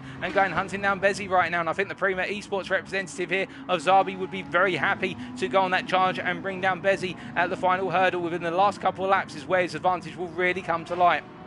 As Bax is just at the rear of this pack right now, observing, waiting for the opportunity, and I think he's a bit too far back to get involved right now. As we look back to the battle for P3, and we can see Angelov under major pressure from the TX3 driver Gregor as he makes his way through the corners here, through 13 into 14. And the HRT driver at this point must be thinking to himself, what do I have to do to shake the Frenchman behind me? Well, you've got to try and find a way to break that toe for sure, because right now, whilst that Aston Martin's got the grunt down the straights, you can see Gregory's no slouch, and in the slipstream as well, that Mercedes SLS AMG is going to stay right with him as he looks to make the move here into 130R, but he can't quite find it. There's not enough of an overspeed here from the Frenchman as they make their way up towards Casio Triangle now and into that heavy braking zone once again. But this is enabling Zabi just to gradually break away as they come through Casio Triangle once again. Meanwhile, further back we can see Camsio here holding on to the position versus Bialy and Texas Doyle behind. And let's take a look back at what happened only moment. Well, in fact, we'll take a look back very shortly. Wait to see how it plays out on the exit of 18 down towards 1 here as they go into lap 11. 5 laps remaining for all of our drivers. As we see here, it's the case that Camsio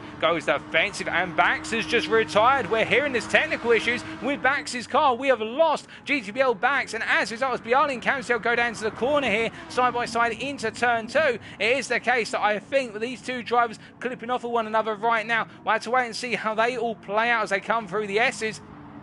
And Texas Doyle will be watching this one from behind and thinking, I'm not going to get involved in that because that is only going to end up one way and it could be a catastrophe as they come on through the S's here and are completely clipped next to one another. But meanwhile, I can tell you that with that sudden retirement, it is the case that right now, Zabi, well, he has had a little bit of pressure lifted off him because he's only got 2 cars behind him right now rather than 3. But Angelov has still got Grigou behind, and Bialy now finds himself in a rare opportunity to seize P5, albeit if he can loosen himself from Camsio's car here. And the two drivers definitely cannot see each other on circuit because this would not be happening otherwise, as we see the return of Bax down in the garage, but that car is out of the race at the time, and that's very unfortunate for the GTPL driver who was doing a fantastic job. Meanwhile, Texas Doyle here in P7 fighting on as we see Zigchik out ahead of what is Adamas here as they make their way through the right-hander of Degner 1, and we've got Adamas chasing after him. And there's no way through for the time being as both drivers continue to press on and look to battle for P8. Now, meanwhile, looking a little bit further up the road, we saw earlier Bialy, Camsio, Texas Doyle, and also Bax all going with Matteo all going into one corner. Let's take a look at how that incident played out. So as we're going to see here, Bialy right at the back of the pack of drivers here. And remember, he cannot see Camsio as we understand it. So Texas Doyle went to the right here. Matteo stayed firm. And as they made their way into the corner, you can see Texas Doyle goes to the move and there's contact with Matteo. So that knocks Matteo up into the corner. Then Bialy and Camsio making that contact on the lower line. And that is what triggered off the, what is essentially a 4-wide moment for 3 cars. And then they came through the S's. And that is why Matteo went off circuit and Texas Doyle dropped the places. As we see now that Texas Doyle has found his way past Camsio and it's up into P6 as they go charging on round. As meanwhile, we look further up the order and we can see Bezzi meanwhile in P1 right now as he makes his way around through turn 2 once again. Behind, Angelov has found his way past Zabi, and I think this has happened down into turns 1 and 2. We'll take a look back very shortly, but Angelov has found a way past the Slovakian as they come through the S's right now, and I don't think it's going to be a way for Zabi to come back on through right now as they make their way through turn 6 and into 7. And with 4 laps remaining, including this one, I'd say Angelov now will be setting his sights on chasing down the race leader. Of course, these guys will do everything they can. Zarbi does have the 1 lap fresher tyres, but I think Angelov has got the pace in order to hold that position and make the race for the win as they come on through Degner 1 and into Degner 2. We see Griguri here just falling a little bit back right now. It does seem as though that Mercedes has great overall strategic pace, but when it's 1 lap pace concerned, it just struggles a little bit compared to the Aston Martins ahead as they make their way in towards the hairpin once again. As they come on through here, the pursuit of the leader continues as they make their way around towards Spoon Curve, and we can see it just behind there, the battle for P5 starting to build up as our drivers make their way around through the corners, and we can see Bialy holding P5 ahead of Texas Doyle, and then we've got Camsio down in P7 as they make their way through turn number 12. But whilst this is going on, let's take a look back at how Angelov got past Zarbi. So this is in the run down towards turn 1. I think it's going to be a relatively simple pass here, although Zarbi goes defensive quite early, and you can see here that Angelov having a massive overspeed, and with that overspeed he just simply went around the outside and got the move done before he had to worry about Zarbi still being on his inside into turn 2. So that worked out very nicely for Angelov. Angelov up to P2 as a result of that, and now chasing after our race leader, who's got a 1.8 second advantage, and Angelov has to be wary of the fact he is still being relentlessly pursued by both Zarbi and Griguri as we see they make their way out of turn 18, and Angelov really struggling for the exit speed of turn 18 with that little bit of snap oversteer and power deployment through turn 18. I think that's really cost him the opportunity to hunt down Bezzy. You can see that gap has opened up by 3 tenths just by simply that one little moment, and now needing to go defensive as they're on lap 13, 3 laps remaining at this point, and I think Angelov will be looking to defend P2 right now rather than trying to chase down our race leader. Meanwhile, behind you see Bialy's still got a 1 second gap over Texas Doyle, and Texas Doyle in fact is being reeled back in by Camsio at this point, so I think the Italian's got to be wary of the fact he's in a battle for P5, but he may just be in a battle for P6 if he's not able to make the breakaway from Camsio as he makes his way through turn 5 and up into 6 at this point. Now, what can the Italian do here? We would expect him to be the fastest driver because he took pole position and he put on dominant performance in the sprint race. Well, here it does look as though in the more strategic race, that's where he's not as strong here, or perhaps he's just starting to hit the cliff on the tyres, running in the dirty air of Bialy and the other drivers around him for so long, and he's just lost that tyre life as he makes his way on through. Meanwhile, further back, I can tell you that Adamas has found his way past Zicikau in the end, as we can see that Adamas now in P8 and Zicikau down into P9. Matteo in P10, he's made a second stop, of course, that's why he's so far down the order, and Supremo down in P11, and we have the retirement of GTPL backs midway through this race.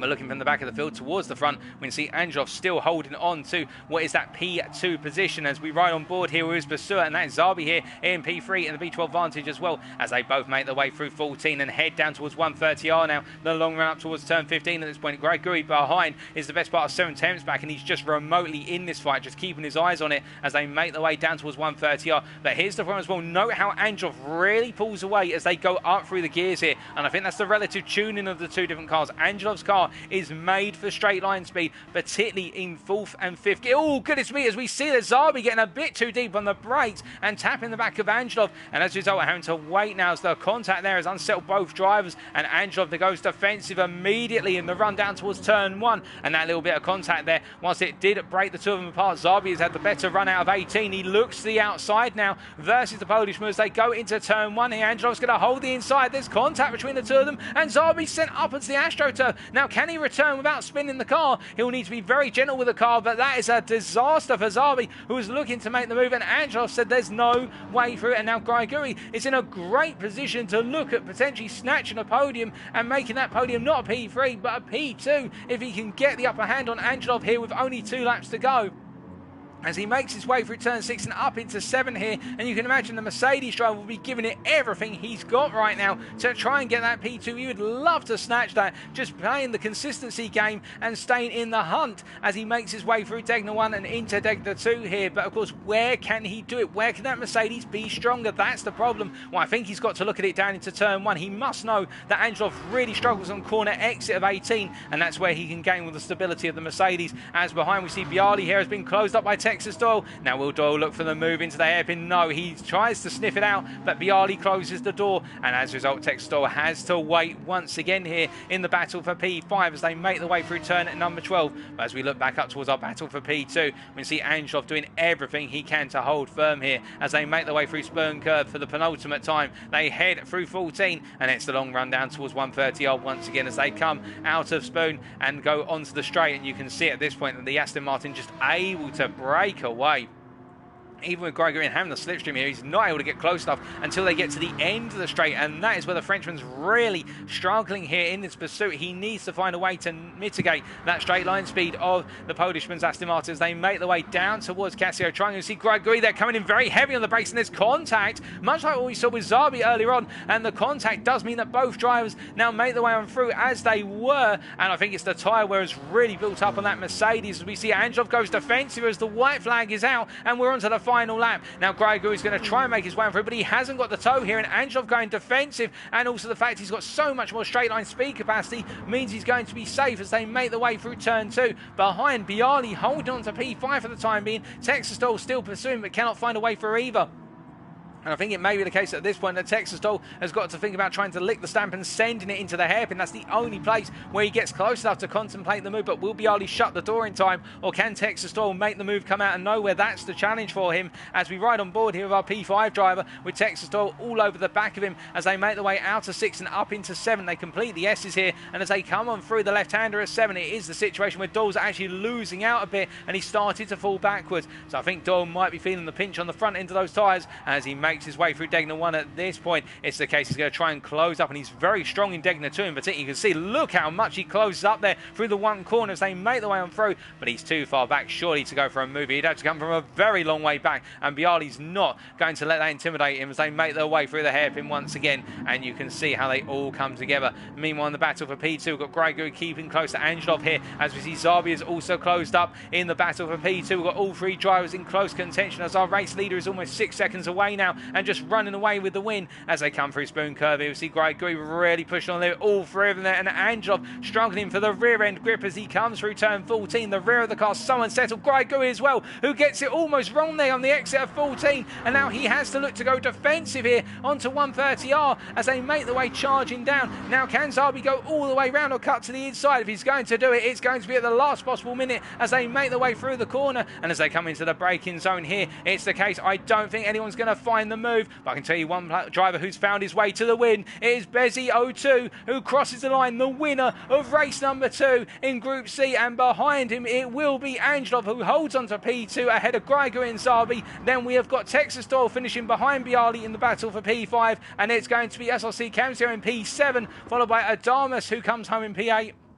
Brilliant battling for the top 5 all the way through, albeit it did get a little bit difficult for a good number of drivers at the start of the race, and I think there might be a word to some drivers between the opening 2 races and the other 2 races to just calm it down a little bit as we see Adamus in P8, and then we've got Matteo here in P9 as he makes his way through Casio Triangle. Quite the split in the fields. We're hearing Zicchikau has had another moment at what was 130R and is just recollecting the car. It's going to be Matteo P9, Supremo as he makes his way here through Casio Triangle to the end of his race in P10. Not the greatest of races of the Belgian, and then Zicchikau finally recovers the car here, and I think he's got engine damage. In fact, he's managed to break even more bits of the car. As you can see, look at the tyre wear. I think he's tried to do this on a single stop on mediums that should not have made it to the end as he comes on through here, and he's almost out of fuel as well. Zicchikau completes our order. Congratulations to all of our drivers, but special congratulations to our race winner, Bezzy02 from Poland.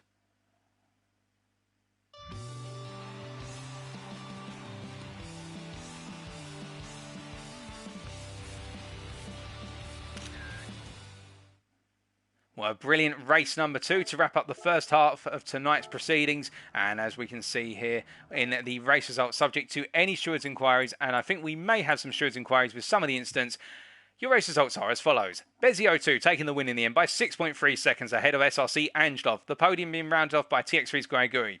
In P4 and P5 we have Kasadar Zabi and KRT at Bialy 1000RR, and in completing our top 10 at GTD's Texas Doyle, SRC Camsio GT, KRT Adamus, PRT Mateo, and then WSR Supremo at 17.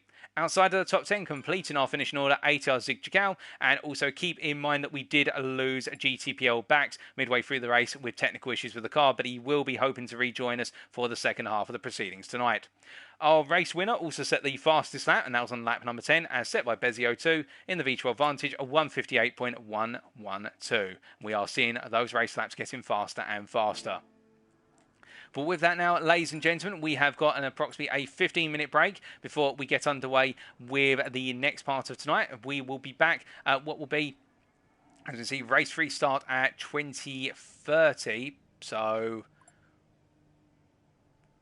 I believe that must say 2040. So as a result, we are going to be back with the race in action, starting off with the second qualifying session in approximately 12 minutes' time. We're just going to take a brief breather for 7 minutes, so we will be back at 19:35 based on the clock in the top right corner of your screen. That's 19:35 GMT or UTC. We'll be back for the build-up to the second half of tonight's race. It starts off with qualifying 2, then it's the second sprint race and the second feature race. Don't go anywhere, you won't want to miss it.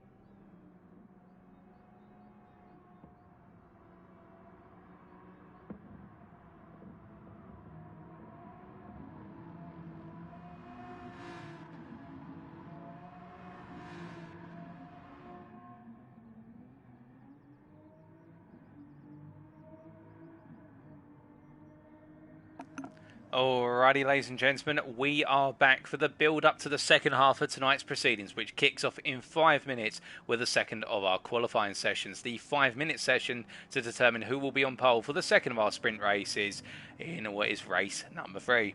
But before we get into that, let's give you an update on our driver standings in Group C following the opening 2 races. So right now, in terms of how our drivers are positioned, in terms of the points they're going to be taking home for their teams, if everything was to end as it currently stands, our overall winner in Group C would be Abezi02 with the second place in Race 1 and the first place in Race 2. A fantastic pair of results, seeing him firmly up front in the lead. He's being pursued by GTD's Texas Doyle with the 6th place in Race 2 and the first place in Race 1. And in third place currently in our standings, we have TX3's Guayagui, who whilst he has not been a major contender for the win necessarily in the Mercedes, he's shown the consistency and the stability of that Mercedes come true with a P4 in race 1 and a P3 in race number 2. Then in fourth in our standings at the moment is SRC's Angelov there, representing the team HRT of course, and he with the 10th place in race 1 and the 2nd place in race 2, taking home reasonable points so far. And in 5th is SRC Camsio GT, representing HRT, with the 5th place in race 1 and the 7th place in race number 2. So that's how our top 5 line up. Excuse me, and then outside of our top 5, we have the following drivers. We've got 2 drivers who are currently in P7, that's KRT Adamus, and also what is KSZR Zabi. Zabi representing Team Prima Esports, of course. And then looking even further down our order here, as we just read through our chart, we do have WSR Supremo, who then is followed up by what is the combination of PRT Mateo and GTPL Bax. Bax, of course, having that very unfortunate retirement in race number 2.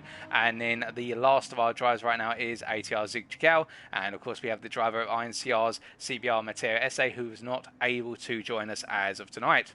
So with 3 minutes to go until we go qualifying once again, the big question really is at this point, what's the difference between the qualifying sessions? Why are we doing a 15-minute session first and then a 5-minute session second? Well, as some of you appreciate, some of our drivers in that opening qualifying session, they took multiple laps in order to set the time that they started with, in terms of being able to set a time that set them quite high up the grid. Well, some drivers are very effective at being able to get their best possible qualifying time with 1 or 2 laps. Meanwhile, others, they take multiple laps to get, they take 4 or 5 laps.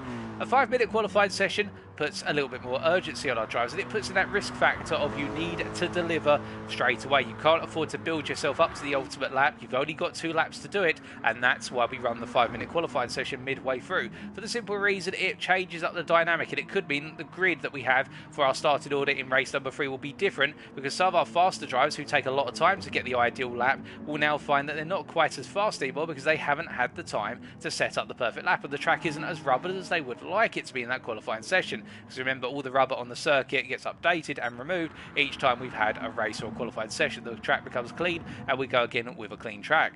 So that's the element there, and that's why we're doing these 2 different sessions, as we now only have 2 minutes to go before we go racing. Now, with regards to the proceedings, whilst we are waiting for that, we will have the identical races in races 3 and 4. So a 5-lap sprint in race 3 and a 15-lap feature in the race number 4. We are just going to check in with the chat here and see how you guys and girls are all getting on. And we can see in the chat that right now we do have, if we just take a brief moment here to take a look, we have what looks to be a Paloff80 there saying go Texas go for GTD drivers. We have also got, by the looks of things, Prima Esports there cheering on Zabi, who's representing them, of course. We have also got Jacob there saying oh no Zig, and indeed enjoyed seeing Zig Chikal go racing. And we've also got Tomas Piritsu, who's saying I believe they are glitched. That was in reference, of course, to Bialy and also Camsio GT, where they were clipping off of one another. And it looks like everybody enjoyed themselves in the chat, which is fantastic to see. Be sure to let me know what's been your favourite moment of the racing so far, or your favourite moments, or what you're hoping is going to happen or predicting is going to happen in the second half of our proceedings tonight, as we've only got a minute to go before we take to the circuit once again for qualifying, and we are just waiting right now as we see Camsio here making his way through turn 2 and up towards turn 3. We have had a number of drivers leave and rejoin the lobby as well, and I think that may be to try and reset their internet connections, and particularly to try and remove some of the instances where drivers are not seeing one another out on the circuit. And we're just going to check in with our stewards at the moment, who are working behind the scenes, to see whether we've got any messages coming through with regards to stewarding. I don't think we've got anything at the moment outside of what we've actually seen, so I think we are all good to go once again, as we see the announcement there starting soon from Mateo, our host for the lobby. And any moment now, we should be getting the countdown to go qualifying one more time. As we just see TX3's Geiger here making his way through the corner. As we get the countdown, ladies and gentlemen, it is time for the second qualifying session. Who's going to be on pole for race number 3? Let's find out.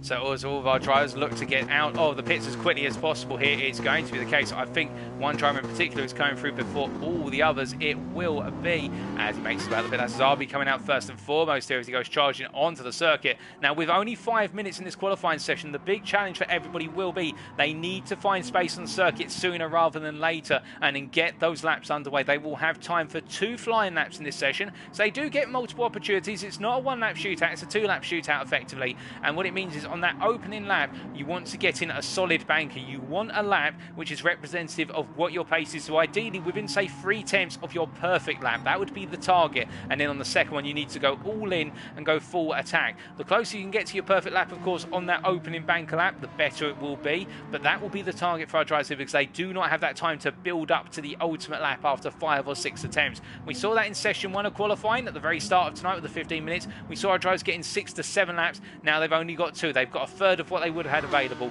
and it's all about nailing the lap straight away. Now, what about slipstream, I hear you ask? Well, slipstream can be powerful here in the run down from Spoon to 130R, but I do think that a lot of drivers will try to space out to a degree once they've got towards the end of this opening warm-up lap and give themselves the space. Now, you may imagine that some drivers, what they may do based on the opening qualifying session is remember those times. They'll look at the timesheets and go, okay, this driver was approximately half a second slower than me over their average qualifying lap. And they'll try to position themselves behind that driver, somewhere in the region of about 1.2 seconds behind them, so that by that time they come to the end of Spoon, they'll be close enough to gain the slipstream in the run down towards 130R because they'll be naturally faster over that. So they can play a little bit of tactics there, but of course it's risky because if the driver in front of you makes a major mistake and then impedes your lap as a result of it, well, the question will be, why were you that close to them in the first place whilst they're trying to get their car under control? But speaking about control right now, we jump on board with Zarbi here as he takes us around for a lap of the Suzuka Circuit, and we ride on board for the opening flying lap of this session. So coming out of Casio Triangle then to complete his warm-up lap and go onto a lap, staying over to the left-hand side here to widen his run into turn 1, going up to 6th gear, up to the highest possible gear and charging up to 157 miles an hour before he trail brakes into turn 1, nice and high on that apex curve, and now coming all the way down to 3rd gear and trying to get the nose as tight as possible to the apex of turn 2 before powering out there and feeding the rear of the car drift as he makes his way into turn 3, into the SE goes, 4th gear down to 3rd gear, a snap downshift before building up the speed once again and turning into the left-hander here of turn 5, up to 4th gear to get the rotation before coming down to 3rd gear to slow the car nicely with engine braking through turn 6 and now completing sector 1 into turn 7, powering through the apex there once he feels the nose of the car by it before making his way all the way round to turn number 8, up towards the Degnan as he goes, into 5th gear, braking at that 50 metre board and trail braking in with a snap down shift to 4th as he now gets back on the throttle to steady the car before making his way down to 2nd gear for Degnan 2, attacks the apex, rides it high and then emerges on the corner before making his way through the right and kink of 10 into the heavy braking zone of 11, into the hairpin here, widening that run into the hairpin but putting his nose right towards the apex there, an aggressive attack line as he emerges now from 1st gear and charges up through the gear range as he goes through the right hander at turn 12, flat out through here as he makes his way very gradually up towards Spoon Curve, staying to the centre of the circuit and then back over to the right as he gets ready to attack into the left-hander here and keeping the car nice and tight to the right side as he brakes at the 50 metre board, trailing down to 3rd gear and then getting ready to go into 14, staying in 3rd gear here, drifting a little bit of understeer on the car there, a bit of body roll carrying the car too wide of the apex, and as a result he's lost approximately half a tenth there coming out to turn 14 as he now charges down towards 130R, and of course the time he's lost through Spoon will now start to accumulate more here as he's lost a little bit of straight line speed as he goes into 130R, turning that 50 metre board flat out through the corner here, 151 mile an hour on the apex as he comes into Casio Triangle, breaking that 100 metre board all the way down through the gears, using engine braking now on the downshift to 2nd to stop the car, and as he comes through Casio to complete the lap. It's a composed lap here from the Slovakian, but how good would it be for Prima Esports as they make their way across the line? It is going to be an open lap of 58.1. Bezzi immediately much faster there with what was a 57.5. My goodness, that is 5.5 tenths faster than anywhere else so far. Can anybody match him over the course of the rest of this qualifying session? That is a phenomenal lap as we see here. Guri goes on a 58.0 as they all make their way on through, but so far as we see Supreme Boy coming on through, And what will he be able to do as he emerges from Casio Triangle here? It looks like quite a slow run through the chicane. He comes into that, in fact, goes on to another one here. So this has been an aborted lap. As we see Angelov coming around. Could this be a 57 from the Polishman? It is, or not quite in the end. It's a 58.0. And what about Texas Doyle here? We saw Texas Doyle take a very strong pole position in the opener. Will he be able to do it once again here as he makes his way through the chicane, the heads down? Could this be another 57 to match Bezzy, or has Bezzy done enough here as Doyle crosses the line? It is a 57.6, so it is half a tenth off, but Bezzy putting down a huge marker in this qualifying session on his opening fly lap. He's absolutely nailed it, and can Doyle close that up even more? I think Doyle will be happy enough to know that he's got a 4 tenths advantage over third place man in this provisional standings of what is TX3's Gregory right now, but can Gregory improve even further, because he's got Angelov nipping at his heels, and here is SLC Angelov as he makes his way through the left-hander of 7 and up towards Degner. One here in the HRT machine as he comes through the corners. And as he makes his way roaring through turn number 9 here through Degner 2, a little bit of oversteer on the exit of the corner as he tries to get the power down the rear, does not want to settle, and he is down on his personal best right now as he makes his way into the hairpin here, tries to tuck the nose in as nicely as possible. And yes, Specker indeed fired the firecracker, has Bezzy, as we can see Angelov now just making his way through turn 12 and heading up towards 13, as meanwhile it is the case that we can see that Sabi here, and I think Sabi and Bax cannot see one another, and this is very unfortunate for both drivers. We are continuing to see this issue where drivers cannot see each other out of the circuit, and that's two different drivers who are experiencing the same issue as our qualifying laps are now coming to their conclusion.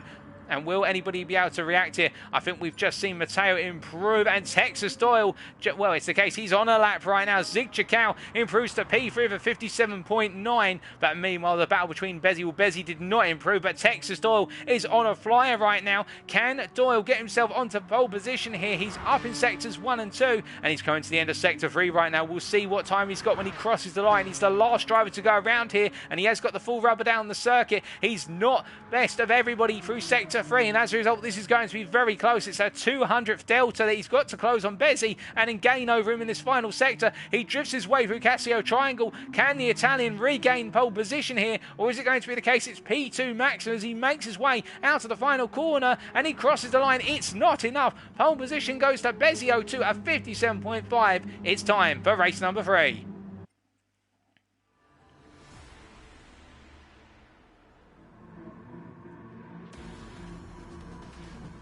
So as we get ready to go racing and pan down to the grid, this time on the right it's Bezzy 02, on the left it's Texas Doyle, Angel and Zig Chicao behind, but watch out for the likes of Gregory and Mateo on the full throw there in P7 and P8. How can they get themselves into the top 5 come the end of this race?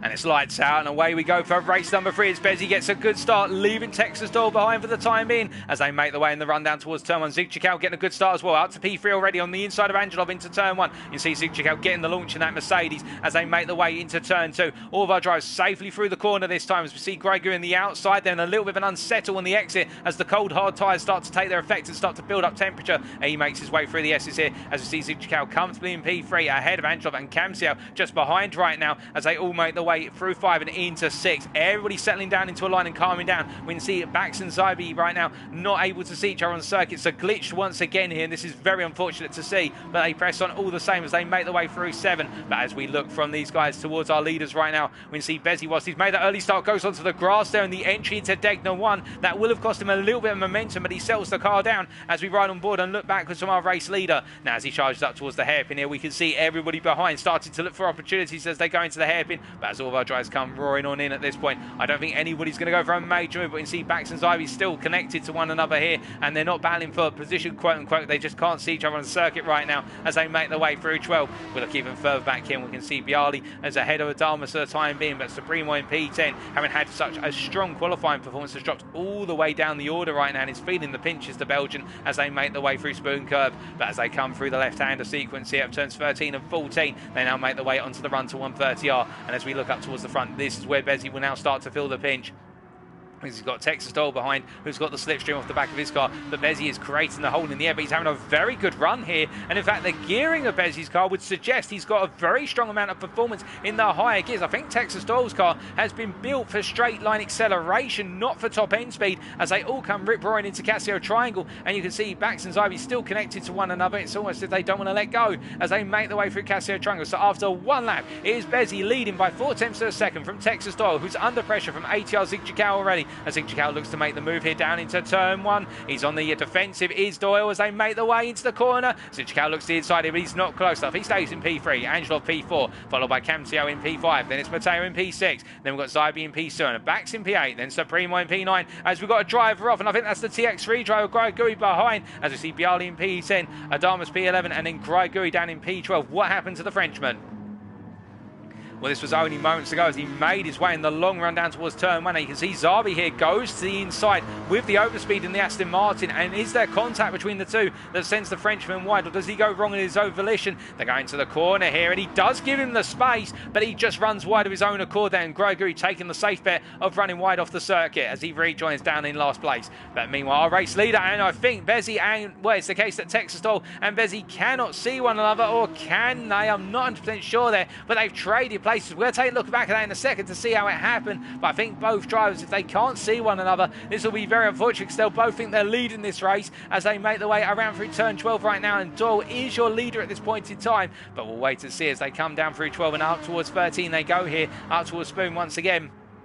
And as they come into the heavy braking zone, you can see how Bezzy all over the back of Texas Doyle as they come on through here and make their way through 14. Behind Zigjiao, just watching right now, waiting patiently for an opportunity to get involved in the fight for the lead as they all make their way down towards 130R here. And as they come charging down one of the fastest parts of the circuit, of course, into the fastest corner in terms of apex speed, we can see how Bezzy versus Texas Doyle literally nose to tail. There's no difference between the two of them as Doyle had to go defensive initially, and as they make their way up towards Casio Triangle here into their heavy braking zone, it is the case Bezzy all over the back of Doyle as Zigjiao just waits for that opportunity. And I believe further down we've got Bialy here in P9 really trying to get a move on versus Bax, but he cannot find a way through as Supremo back up into P7. But as they make their way around to complete lap 2 of 5, they go on to the third lap, half the race complete almost as they now go on to this lap. You can see Zigjiao looking for the move here versus Texas Doyle, and Bezzy also coming through, and as a result Texas Doyle loses the place and drops back down. But Zigjiao is now starting to come back alive once again here, and the Mercedes driver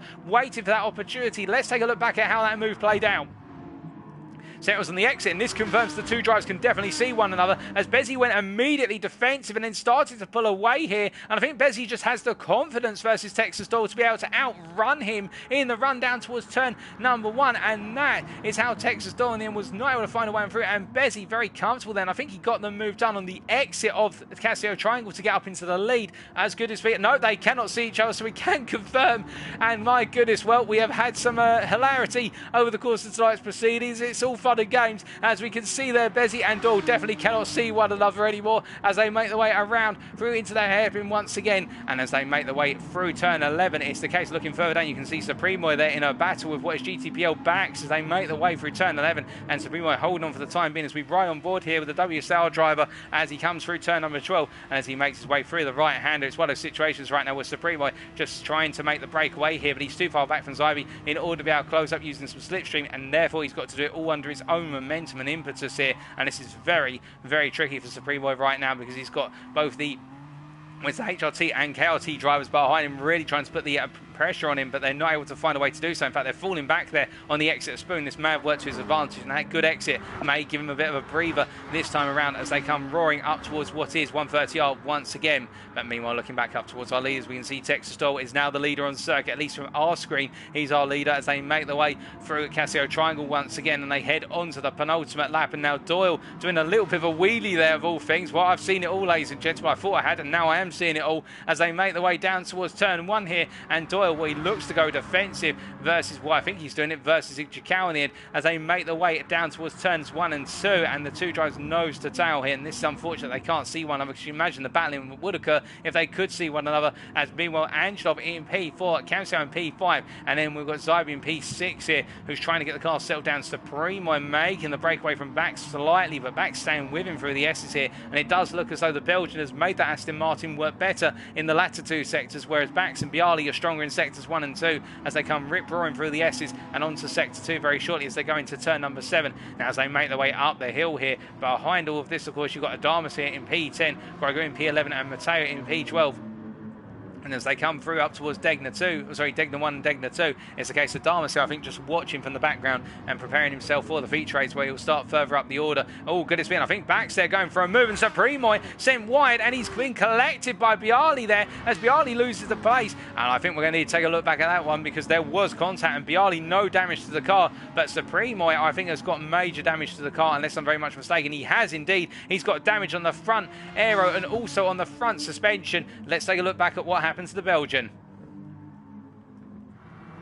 So this was only moments to go from Supremo now as he is making his way into Degner 1 here. Are we going to see a mistake from the Belgian? Yes, he went onto the grass and that unsettled the car and he had to try and rejoin. And as he rejoined, it was then as he made his way back in, no real contact with Bax. In fact, he went wide out of Degner 2 trying to rejoin side by side with Bax and the car lost control. And as a result, Supremo into the wall. That is very unfortunate for the Belgian who was pushing very hard. But in the end, it's gone horribly wrong for him. And now he resumes racing down in P12. But meanwhile, our leaders go on to the final lap very shortly. You can see Bezzy and Texas Doyle nose to tail once again in the battle for leaders. They make their way out to the final corner and onto that final lap as the white flag is out. Texas Doyle holds the lead for the time being, although he's losing out now in the long run down towards turn 1 versus what is Bezzy. But Bezzy not close enough here to look for that move as they make their way through 1 and into 2. Behind, Zigzikau has been dropped by these two by the best part of 1.1 to 1.2 seconds as they make their way through the corner, and Zigzikau pushed a bit too hard there on the exit of 2. That's going to cost him a sliver of time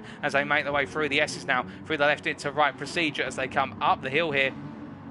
And as they make their way through the sequence of quarters, it's a situation right now where I think the Polishman will be very happy with another podium to add to his collection of good results tonight as he makes his way through the left-hander here of turn number 7. And as he comes up through the hill, we're hearing that Gregory has retired. We have lost Gregory, the Mercedes driver. There's technical issues with the car. We've lost one of our 12 drivers in this race. As meanwhile, looking further down, we can see it's the case that Zybe right now in P6, soldiering on here, despite the fact that it's gone a little bit wrong in this race, but he can always come back with a better result in the feature, the second of our features, as he makes his way through Degner 2 and up towards the hairpin once again.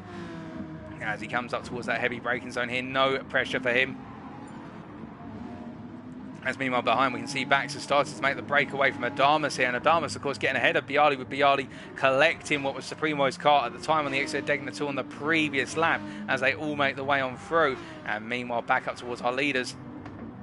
You can see Texas Doyle holding onto that lead still versus Bezzy and open up a little bit of a gap here, and I think the Italian will have done enough to bring home this one. Bezzy's going to try and inch closer in the run down towards 130R, but I think it's going to be a major error from Texas Doyle right now, which will cause him to lose that lead as Bezzy gets closer in the run to 130R, but it's not going to be enough. And as they make their way through the left-hander of 130R into Casio Triangle here, Bezzy not close enough to look for the move, and as they come through the chicane, it is going to be Texas Doyle, who after what was a very close qualifying session, he qualified P2, and he's going to make his way across the finish line as our race winner in race number 3 ahead of Bezzy, and then Zigzikau round off our podium ahead of Angelov and Camcio there as Zybe comes home in P6, Bax P7, Adamas P8 ahead of Bialy in P9, and then we're going to have Matteo complete in our top 10, but it has not been a race to remember for Matteo once again here as the PRT driver comes across the finish line, and it will be Supremo who comes home in 11th, the last of our finishers here as he makes his way across that timing line. And we had the retirement, of course, of our TX3 driver in the Mercedes earlier on. But congratulations to all of our drivers, and a special congratulations to our winner, GTD's Texas Joel from Italy.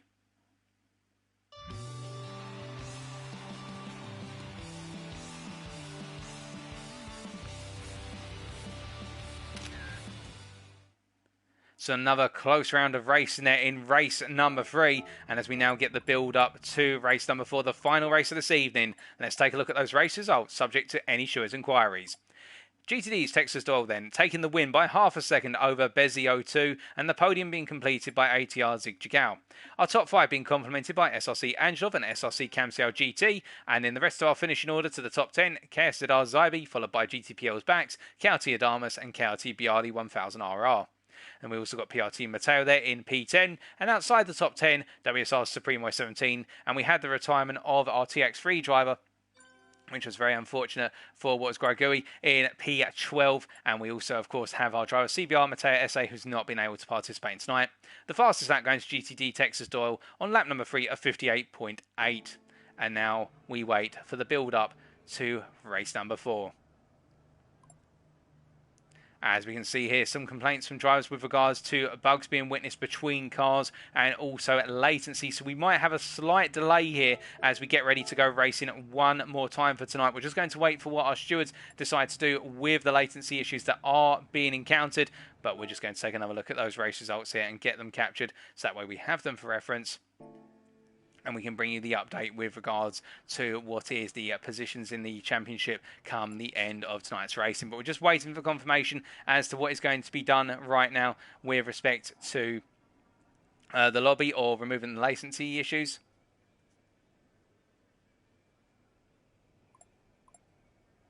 And I think we are going to be proceeding. I'm not 100% sure. I think we are running out of time in terms of being able to host the racing. So we may be going ahead here despite the issues that are being encountered. We're just waiting for that confirmation as it is 8 o'clock Greenwich Mean Time this evening. And I think we are getting the call from drivers to say, let's race. There's not enough time to be able to fix these issues now. So we made it through 3 or 4 races. So we will be go for one final set of one final race. And that will bring the curtain down on Lobby C or Group C, the third split over the course of tonight. As all of our drivers are now being told to ready up effectively, and as they all make their way into the paddock here to go racing, we can see it's the case that Back's making his way out very early on here, getting himself set to go. Indeed, everybody now itching to go racing one last time and get the best possible result they can. As we see now, Back's making his way on through, and Angelov just following that behind as they come through turns 1 and 2 and head up towards 3.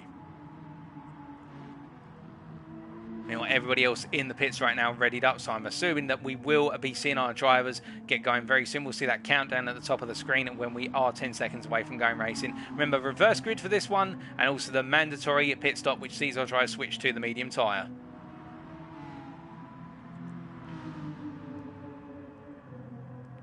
As we are seeing some words between our drivers there, I think talking about some of the clipping between drivers, which has been quite comical to say the least, but it happens with regards to GT Sport, as we see there Black White Robbie saying about double Texas. Indeed, Texas pulling off 2 fantastic results, another win in his pocket, 2 wins and a 6th place so far, and you can imagine if he can keep this up, he will be definitely very well placed come the end of tonight's racing. But right now as well, Bezzy, with what is the 1st place and 2 2nd places, is doing phenomenally well and is our overall leader in the standings come the end of race number 3, as we see our drivers making their way around here and getting ready for that final race. We're just waiting on the countdown right now as we see Texas Doyle there just ghosted, making his way around on circuit. And Supremo coming through, and Supremo really feeling the pain of incidents over the course of the last race, as he makes his way here through the corners and heads up into what is turn number 6. But you see there from Matteo, it is time to go racing. We've got the green light to say we are go, go, go. So at any moment we will get that countdown. It'll be one final time we take to the Suzuka Circuit for the racing action of Group C. Any moment now, as we are just waiting for that go-ahead. It's not quite yet. We are just waiting as we see Supremo there making a visit to the barrier on the exit of Degner 2. Degner 2 really being the bane of his racing tonight. And there it is, ladies and gentlemen, the countdown. It is time for the final race of the proceedings. Race number 4. Who's going to be the winner? Let's find out.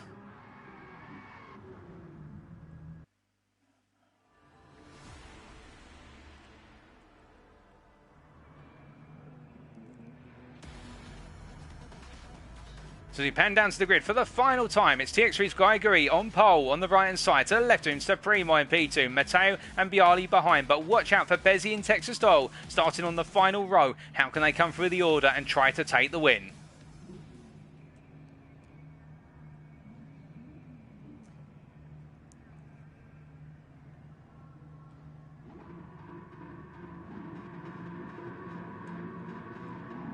And it's lights out and away we go, and Gregory pinned on the start line here, and this has caused a major incident. Multiple drivers getting caught up in that, and I think we may be seeing a restart of the race, depending on how the stewards take this one. We have had the confirmation of a restart already, as we see drivers backing off immediately after that, and that is very unfortunate, as I think Gregory there just could not get the car to move off the line, and as a result, 3 drivers being collected by that, and I think we are now going to have a further slight delay to the proceedings, as we are just waiting. It's going to be the formation of a new room.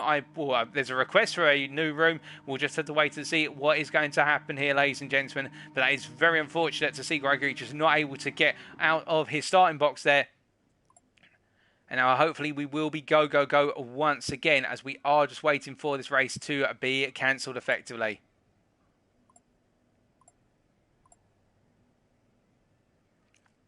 And we are getting the call for a new lobby to be formed for the final races. So we are going to have a further delay of at least 5 minutes before we go racing one more time.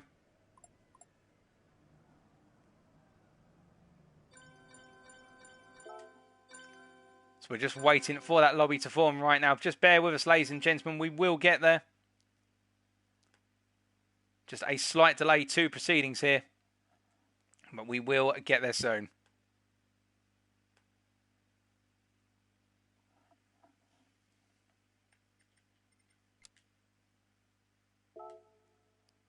These things do happen, of course, and a lot of drivers will be hopeful that when they jump to Gran Turismo 7 next year, that these issues will have been fixed. I'm indeed hopeful myself.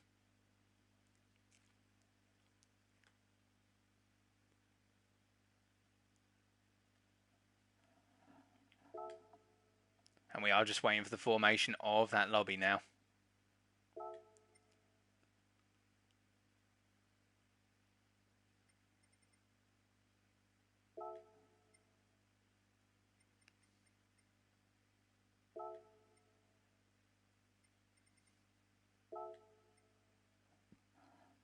So just give us a brief moment, ladies and gentlemen, approximately 5 minutes, and we will be go, go, go once again.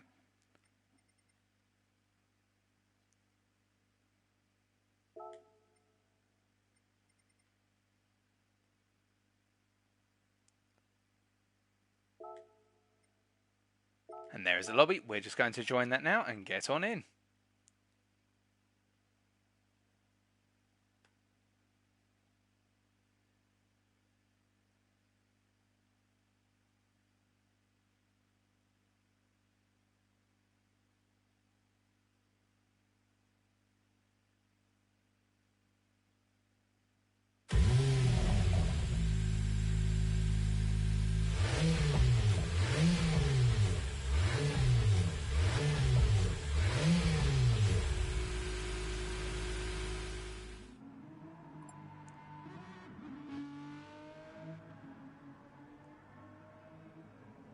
All right, ladies and gentlemen, I think we are now back in the lobby, and hopefully we should be good to go for one final time here. We're just waiting for all of our drivers to enter in, and hopefully we should be okay to go racing.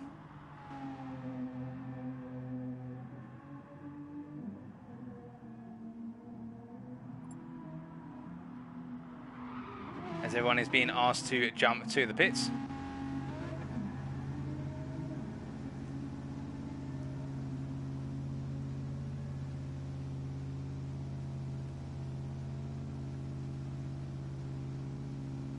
And this is, of course, so the grid can be set for the finale, as we just continue to wait here.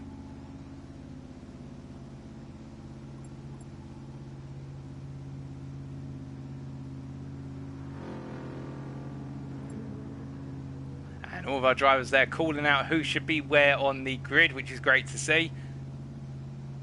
Helping our host of Matteo to get things set for race number 4.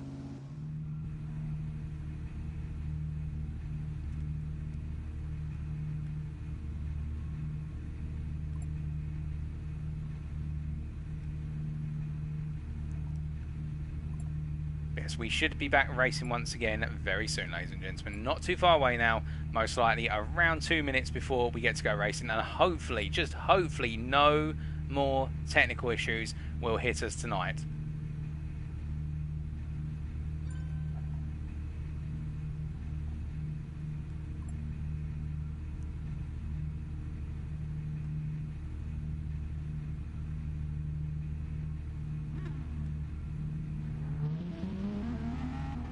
as we are just now waiting for all of our drivers to be in the lobby readied up. And I think Bax is just making a gradual tour of the circuit right now.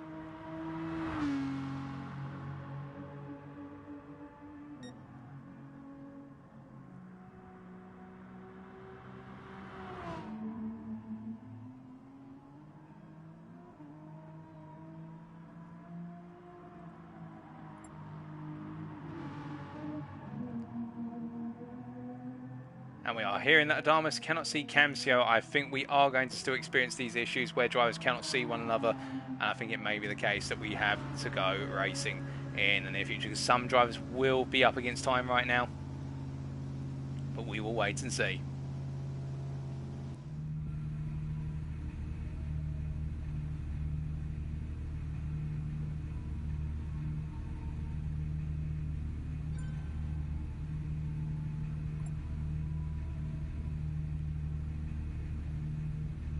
Whilst we are waiting, I'm going to go grab a quick sip of water, ladies and gentlemen, just that way stay hydrated and whatnot before we get the countdown.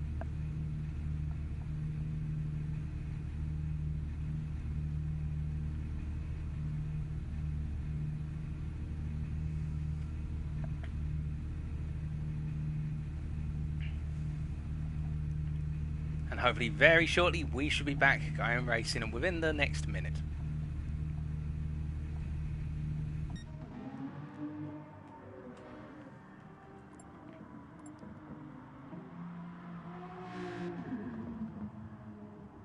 Okay, by the looks of things, ladies and gentlemen, we are good to go for the final race of this evening, and it looks like we're getting the thumbs up from everyone. So whatever happens now, it's going to be in the hands of the racing gods as we get ready for race number 4.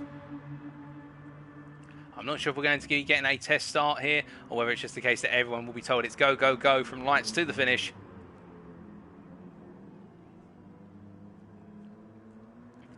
We are seeing more and more drivers take to the circuit, and we see Matteo saying, have a good race, good luck. Yes, this is the official kickoff then for the final race of tonight, as we now wait for the countdown. As it does look as though they've got Gregory's car back out into the pit lane, and there's the countdown, ladies and gentlemen. It's time for the restarted race number 4, the final feature race, the final race of tonight. Who's going to be the winner? Let's find out.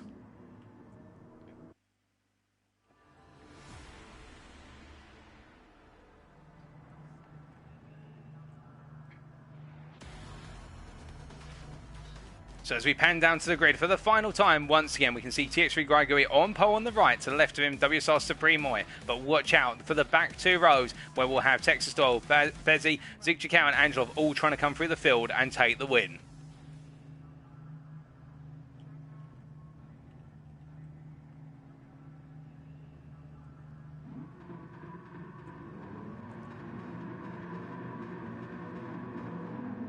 And it's a full start from Bialy, and we see Gregory, they're not moving, and as a result, we are going to have to proceed with the drivers we have, as Gregory is stuck in his pit box, and Supremo getting a good start there, with everyone else having to avoid the parked Mercedes, and we can see Bialy here as we get a countdown for another restart here, ladies and gentlemen, which is very unfortunate, but I do think at this point, most of our drivers will want to just go racing as they're itching to go. We are going to have one more restart here, but this is, well, it's a case that Gregory just cannot get off that start-finish line. We're just waiting for confirmation as to what's going to happen here.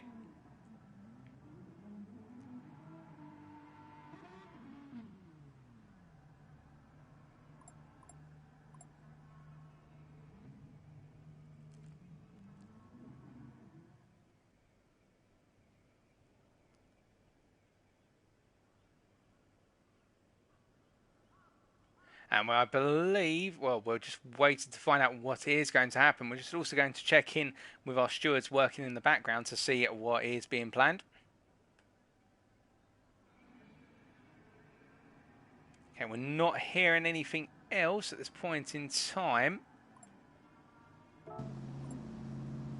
So I think they're going to give it one last try and then just roll the dice with whatever happens at this point.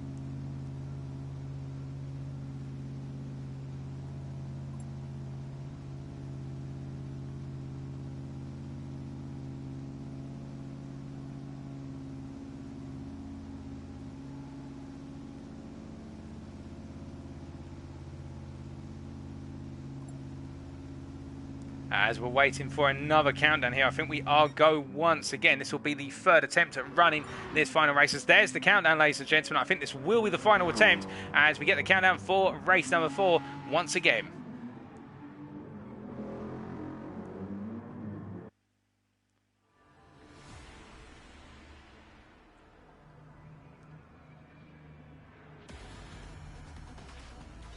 So we pan down to the grid. It will this time be WSR Supremo who takes pole alongside PRT Mateo. Behind him, Bialy and Adamas, Bax and Zarbi, Kemsio and Angelov, then Zigchikau, Bezzi, Texas Doll, and last but not least, Grigui, who of course will need to try and launch the car or whether it will get stuck.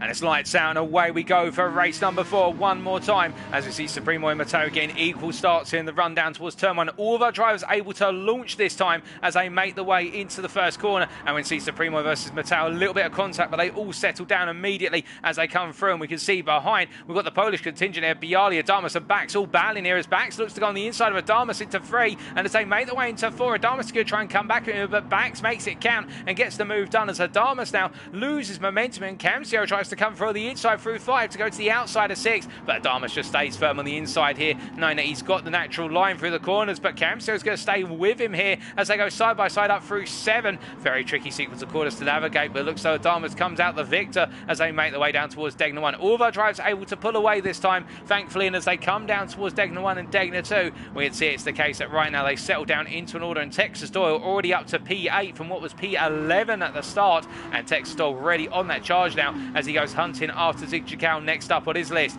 as he makes his way into the corner here. You can see everybody experiencing the concertina effect into the braking zone for the hairpin, but all of our drivers have made it safely away, and Zarbi right at the back of the field here in P12, losing out the most at the race start here as he now looks to go hunting later on in the race and play it smart. So as they make their way up towards Spoon Curve here, we can see at the front of the pack Supremo trying to make the break from Mateo, but Mateo's staying with him for the time being. All of our drivers, of course, in the racing hard tyre right now, and we'll be looking to choose to switch to the racing medium at the opportune moment. Now, how will it play out? We can see our 2 leaders in particular are already making the breakaway here, and Bialy in particular now is holding everyone else up by looks of things, as we see here, Bax trying to go around the outside of him into the 130R corner, and as they make their way through it side by side, Bialy there with a little bit of contact, and Adamas comes into the mix here as they make their way into the heavy braking zone for Casio. 2 by 2 they go, and Adamas is going to try and go all the way around the outside to inside. There's a bit of contact, but Adamas can't quite find a way through, but he is up into P4 versus Camsio and Bax, who have dropped positions as they make their way around. And now look at this, Doyle is coming through here. Texas Doyle, who's on a charge as he makes his way past Bax, is up into P6, and Doyle is flying right now. He's on a mission. He's come from the back of the field. He's already up into P6 after 1 lap, and is now trying to go after the top 5 here as they make their way through turn 2 for the second time of asking. And as they do so here, it's one of those situations where the Italian really is flying, as behind Angelov in P9 and what is Grigui in P10 and not able to gain massively, and Bezzi of all drivers here, while P2 driver in race number 3 really struggling to gain. He's not really gained, in fact he's lost a place on the opening lap, and Sabi is even further back. So after 1 lap, it is WSR Supremo leading by 6 tenths of a second ahead of PRT Mateo. There's a 2.2 second gap to the rest of the field, with KRT Bialy leading that sequence of cars, followed by Adamas in P4, followed by Kemsio in P5, then Texas Doyle in P6, Bax in P7, followed by Zigchikau in P8. Then we've got Angelov in P9, Grigui in P10, and we can see here already kicking off once again as Bax has to go defensive versus Zigchikau into the hairpin, and you see Zig going a bit deep under braking, and Angelov tries to squeeze his nose in here as they all go to war with one another. But it is the case that Bax on the grass, he's going to lose a huge amount of momentum here on that inside line through 12, having put a tyre on the grass, and we can see Zigchikau trying to go around the outside as they look to go 3 wide. Angelov squirming left, right, centre, trying to find a way through, but he's just confronted with a wall of machinery that doesn't want to give him the space. And as they make their way through Spoon Curve here, Angelov, I think, is getting very frustrated because he will feel as though he should be up there with Texas Doyle right now and is losing massively, as meanwhile our leaders are just breaking away off into the distance and the battle for P7 is just gradually falling backwards in the rest of the field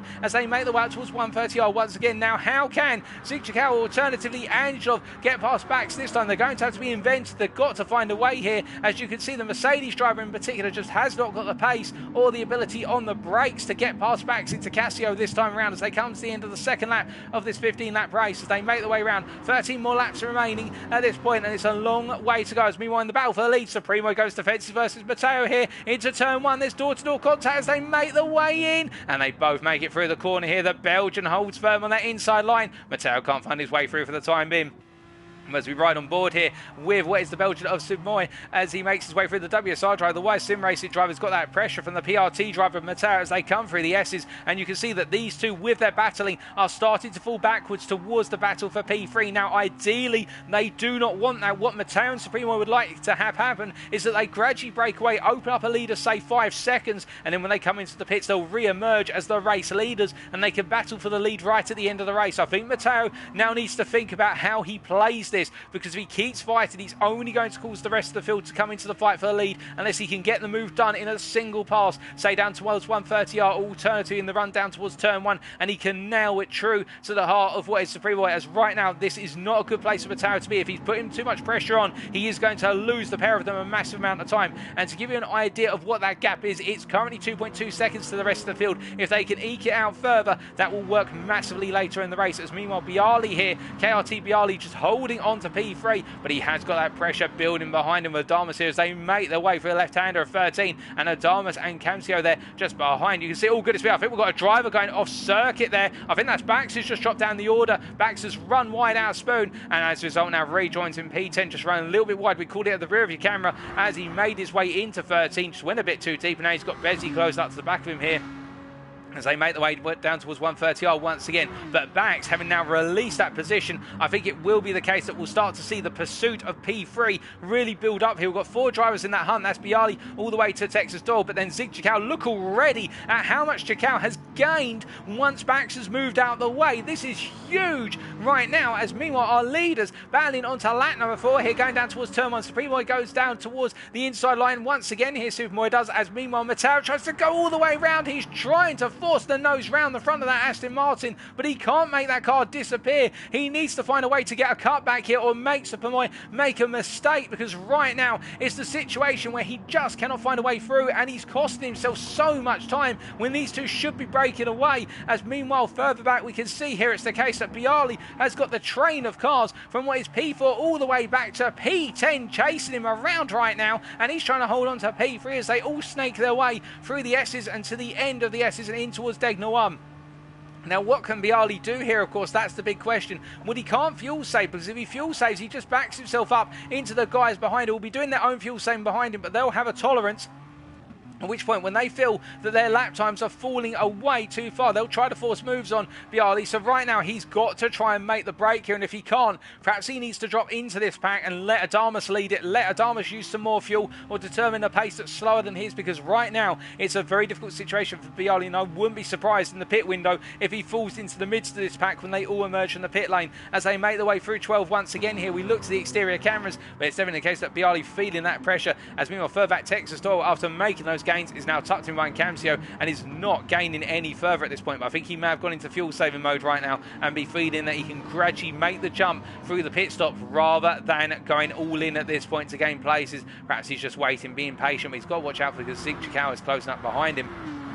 As meanwhile, it's Bialy versus Adamas here as they make the way up towards 130R. And through the corner they go. We've got a yellow flag. Oh, goodness me. And what on earth has happened here? The two leaders have made major contact, and Supermoy is gone into the wall by looks of things as the Belgian tries to recover the car here. And it's all gone horrifically wrong for the WSR driver, who has got damage to the front and the rear of the car. No engine damage, but that is a wounded car, and he's into the pits. And that means he will be on a 2-stop surely as Matteo goes racing. No damage to Matteo's car here, but it has all kicked off. Bialy still holding on to P2. They all make the way through as they were on the previous lap, albeit we've now lost the Belgian of WSR Supremo, as we can see here that Zig Chicao holds on behind Texas Doyle for the time being. It is building that pressure, but what happened to the Belgian is the big question. Let's find out. So as he was making his way towards 130R here, I think it's a mistake of his own doing, because he had enough of a gap here that Matteo was nowhere near enough to go for a move. Does the WSR driver just get it wrong on turning here? He makes it in okay. I think he's gone wide of apex and immediately up onto the AstroTurf, and the car's gone. And you can see Matteo there had to just take evasive action, and thankfully Supermoy was ghosted, otherwise both of them would have been in arrears. It's just the one driver in the end, but that is very unfortunate for the Belgian, who has now rejoined, affects each 30 seconds off of the leader. Speaking of our leader, he's now trying to make the breakaway by his lonesome here as he makes his way out the hairpin, but if he makes mistakes like that where he's getting that oversteer on exit, he's going to fall backwards or make a mistake of his own soon. As meanwhile, you can see Bialy is really having to hold everybody up right now. He cannot chase after a leader, and he's just got that pack of cars behind like a pack of piranhas as they charge through turn 13 and up towards 14. Through Spoon Curve they go, and it's the case that Adamus right now really trying to get that momentum going. As we see further back here, we have got Camsio just staying with Adamus for the time being, and everybody here I think using this as an opportunity to fuel save.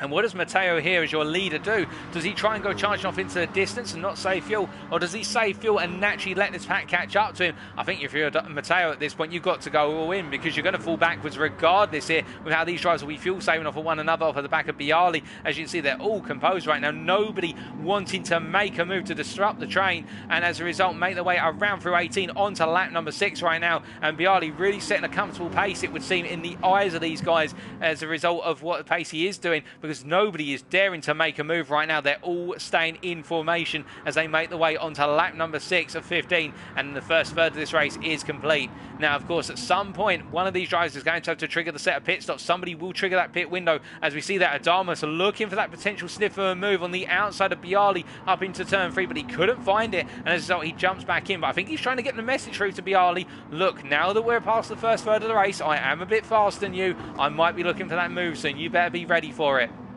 And I think Bialy will respond in kind, quite politely, saying, well, if you want it, you're going to have to come and get it, because right now it doesn't look as though he's going to give up that grip of that P2 position as they all charge through what is turn 7 down towards 8 once again. Into Degner 1 they go, and as they make their way on through this time, you can see in the rearview picture, Texas Doyle has got that pressure building from Zigzag behind it, and we've seen this in the Mercedes car so many times today. It really comes alive once they enter the second stage of the feature race. Once they get into the strategic window starting to open up, that's when the Mercedes becomes stronger. It seems to be more kind to its tyres, or at least kind of on its tyres, by comparison to the Aston Martins, which seem to be much more aggressive here as they make their way through turn 12. Through the long right hand they go, and Texas Doyle now I think will be feeling the pinch of being behind Camsio and hoping he can find a way past the Polishman as they make their way down towards 130R Casio this time, because it does seem as though now he's starting to lose a little bit of time behind the Mercedes driver in front of him as he gets a very nice exit there out of 14, and as a result he's going to be right there in the build up towards 130R. But the thing for him, of course, is Camsio's got the slipstream of the two drivers in front of him, so nobody's really gaining on the straight here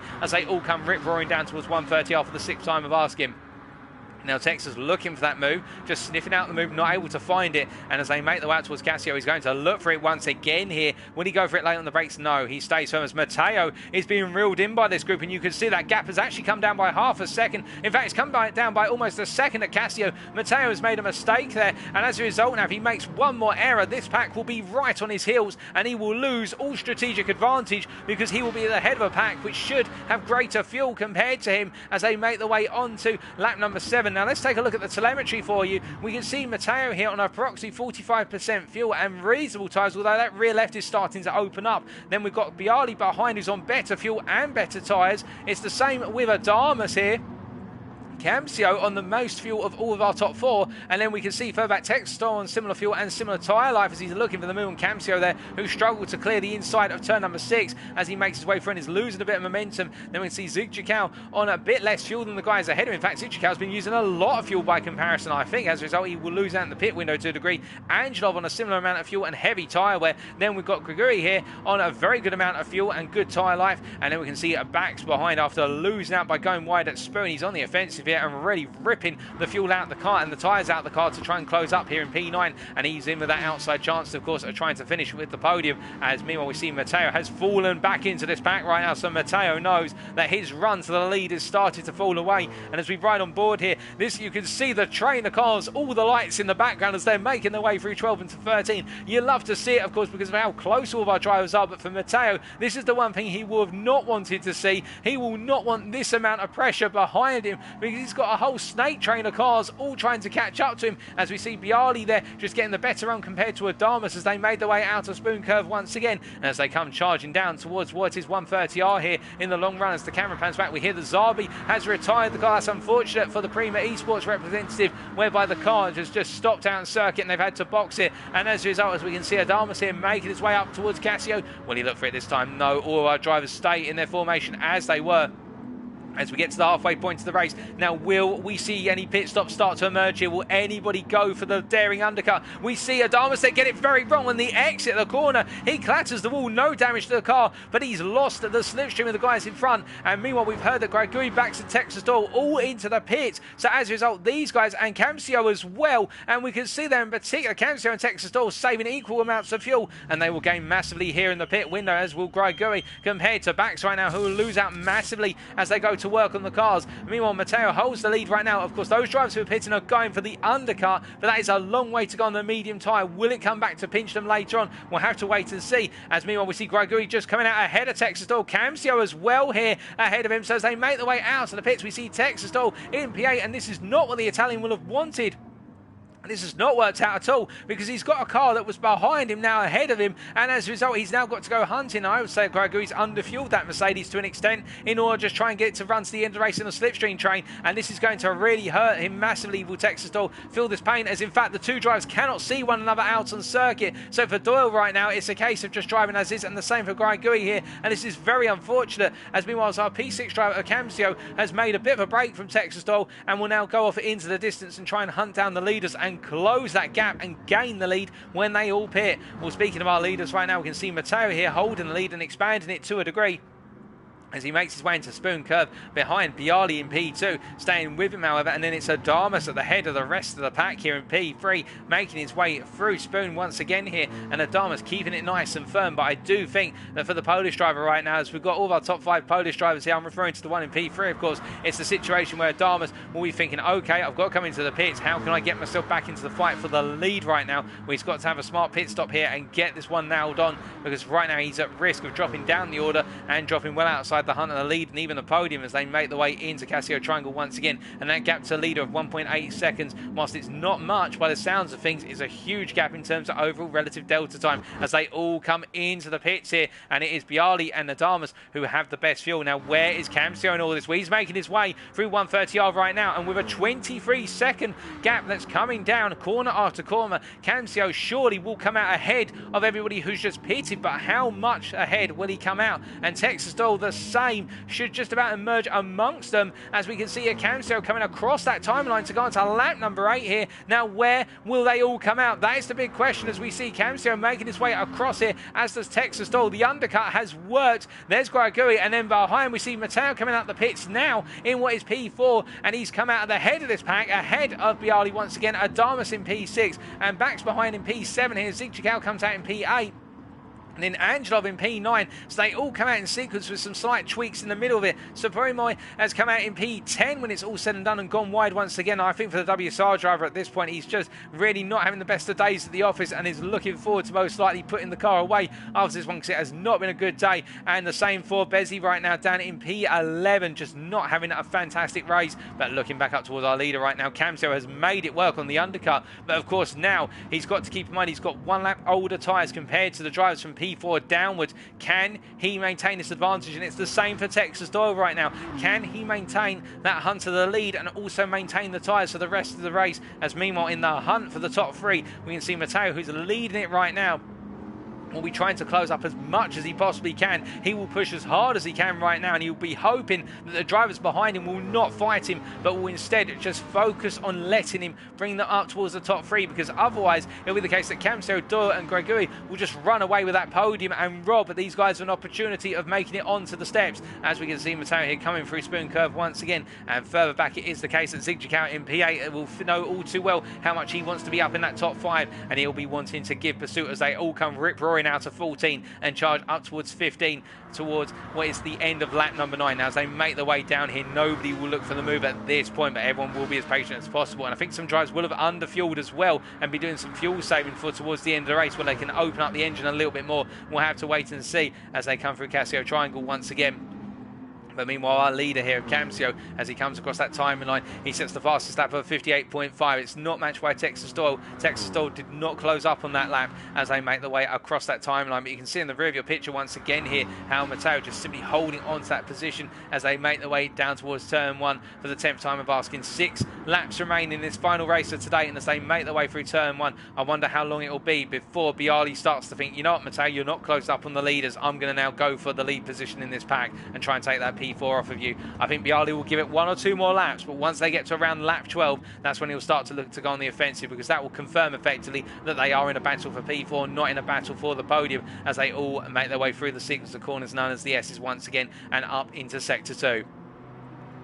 Now behind him at this point with Bialy in amongst that pack, we see Adamas here in P6, right in the middle, all sandwiched between his fellow countrymen as they make their way through what is Degner 1, and you can see Adamas falling back from Bialy, in fact, a little bit here as he made his way through the first of the 2 Degners and gaining the second one, but he is starting to fall backwards, and the same with Angelov here as Angelov makes his way through the corners and up towards the hairpin, just seemingly falling back a little bit, but this could be to protect the car, to protect the tyres and give him some better tyre life towards the end of the race. Meanwhile, Bezzi versus the Preboy here, and I think Bezzi's had a moment coming out of Degner too because he's dropped the position. Let's take a look back at what happened.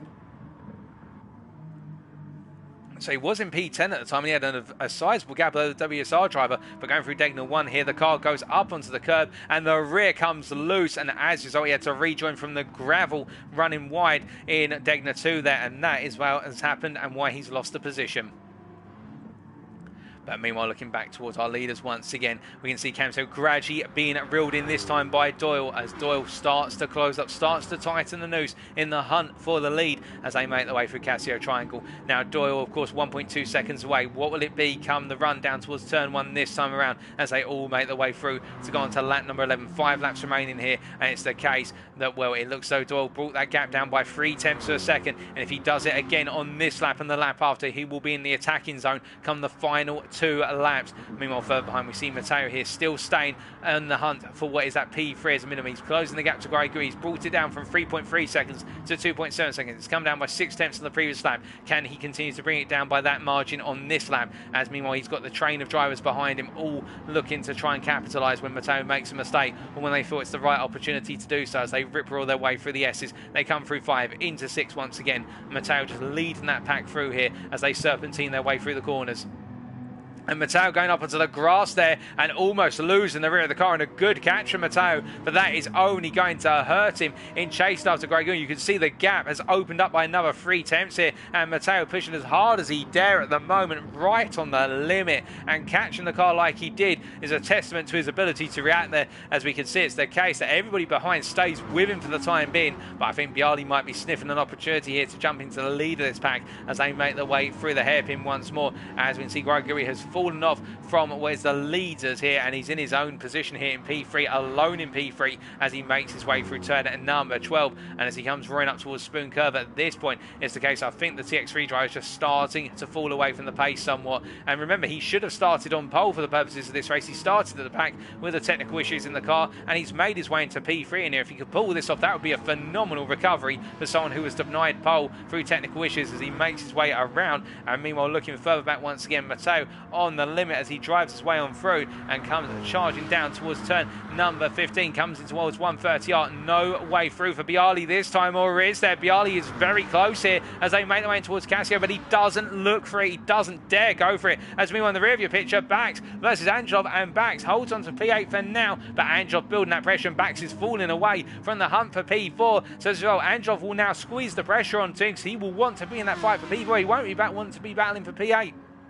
As they go on to lap number 12, 4 more laps to go here as they come roaring along, and you can see Camsio here, the leader. The gap between himself and Doyle comes down to 9/10. 2 more tenths closed up by Doyle on that lap. Doyle is continuing to build the pressure on Camsio here, but does he have enough coming in? Both drivers on same age tyres, remember. It's just a case of how well are they willing to protect them as they come charging through the corners, as Camsio holds on for now, but their gap is very gradually coming down as Doyle is taking the time out of Camsio in the run run through the S's. He took another 10th out, but he's lost it on the exit of 7 alone. And as they make their way up towards Degner once again here, we see the two machines going toe to toe as they come roaring through the corners. It's Mercedes in the lead versus Aston Martin behind. And as they make their way up towards what is their hairpin once again, we can see that it's Matteo in P4 who's trying to bring the rest of the field up towards the leaders here. He's got a 2.3 second gap to close down to Griguri halfway through the lap right now. And I think he will be within the attacking zone on the final lap here, depending on how the tyres play out.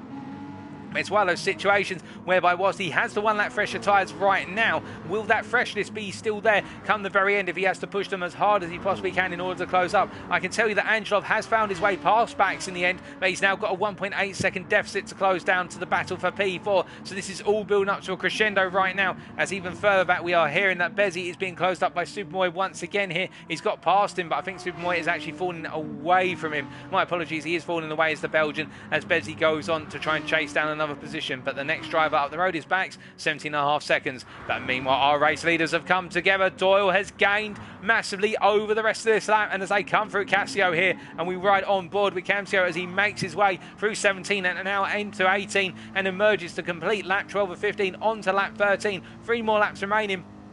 The Italian of Texas Doyle will have his first opportunity to go for a move here, and you can see he's going to be made to go around the outside. It's a drag race down towards turn 1. Doyle's going to try and go all the way around as Bialy's into the pits, and Doyle sweeps all the way round to take the lead. They're full of confidence, and Doyle makes it count and is now going to have to try and make the break as Bialy has come in. I don't know why he's come in, perhaps just to go for what is fresher tyres. Perhaps the car's falling to its limit, but we can see Grigui here just staying on watching, as meanwhile Zig Chicao, something has gone very wrong behind, because Chicao was nowhere near P4 last time we saw it. It was the case that we had what was a dart. Well, it was Matteo leading this pack, and I'm wondering if Matteo has been involved in a major incident with Bialy, because we have had a whole change. Well, we will take a look back at that shortly and try and catch it, but let's take a look back at that move from Doyle for the lead.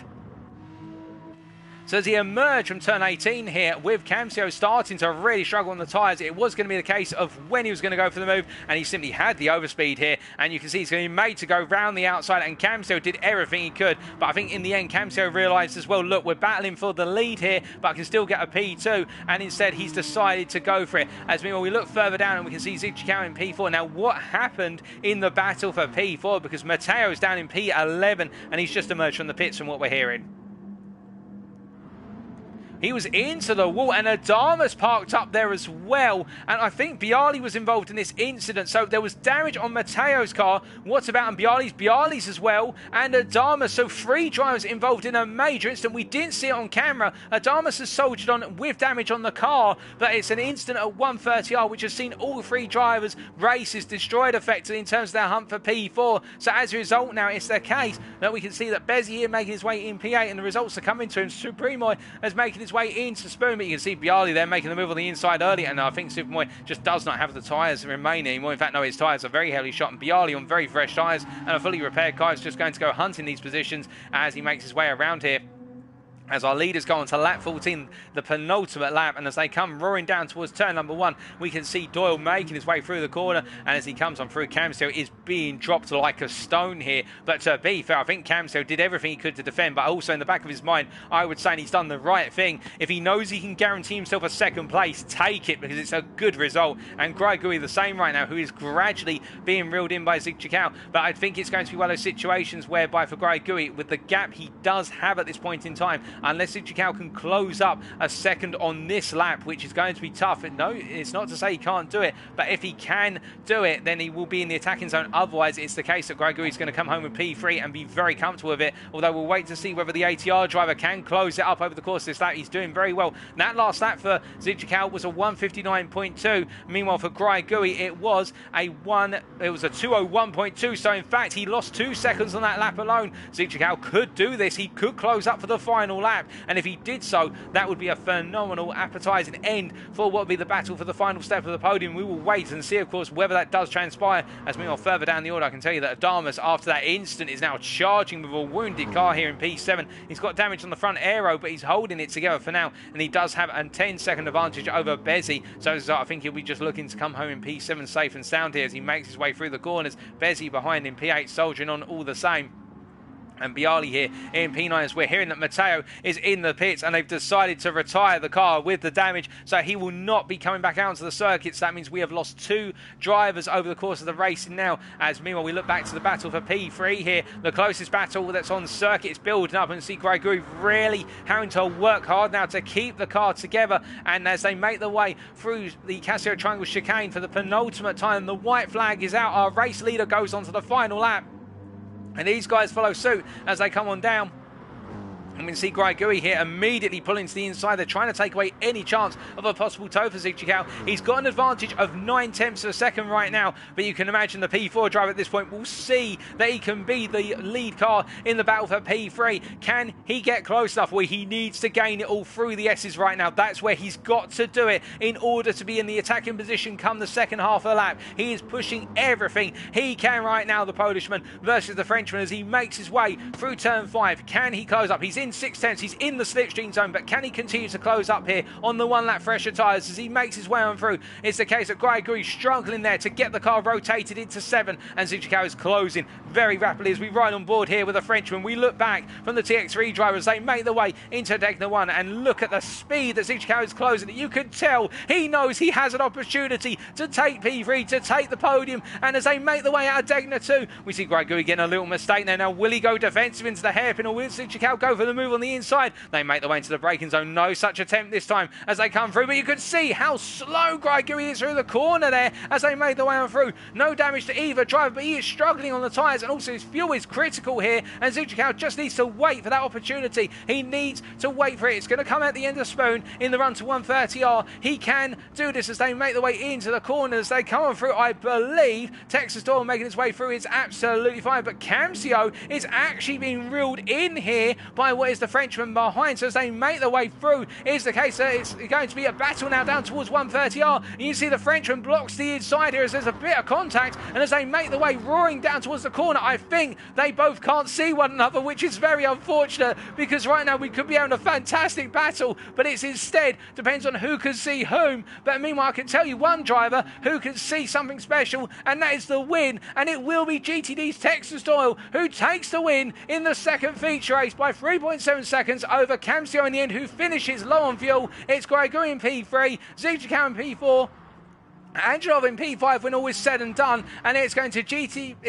GTPL's Bax in P6, KRT's Adamas in the end, who will come across the line in P7 when all is said and done, but he will be fuming. I think he'll be upset with how that instant played out. We didn't get to see it, but it was a major instant between 3 drivers at 130R, and it's going to be Bialy in P9 in the end as he makes his way on through the final corner and comes across that timing line, and it's going to be Bezzi in P9 as he makes his way down. A little bit of oversteer there as he got the power down. And then last of our finishers in this race, we've had 2 retirements. It will be Supermoy who makes his way out of the final corner to complete our top 10. We have PRT Matteo in the pits with a retired car. Congratulations to all of our drivers, but it's going to be a special congratulations when we get there to our race winner of GTD Texas Doyle, who makes it 3 wins on the bounce in a fantastic drive from Texas Doyle. A brilliant sequence of races here for the Italian indeed. What a dominant performance. He was the highest rated driver going into this lobby, and he has made it known to everyone that he was the top driver in Group C with a fantastic set of results.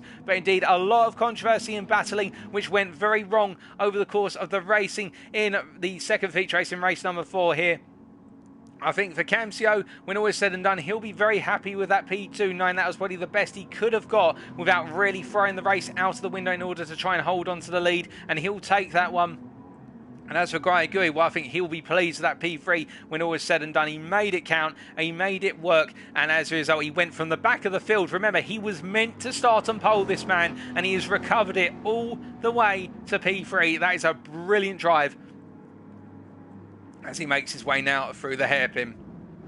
A fantastic one as we're just entering the results from this race into our tracker, and we'll do so for the results from race number 3 after this one has concluded, and then we will bring you the conclusion in terms of our top 3 from the standings today. But a fantastic race, has to be said, and really encapsulates what has been a fantastic year for GT Fusion up and down the field, as brought to you from Group C tonight. Just absolutely brilliant racing non-stop. Not without technical issues, it must be said, but where we've had technical issues, we've worked around them to the best of our ability, and well, it has produced some fantastic racing. It has been a treat for everybody involved as we now wait to see those final results.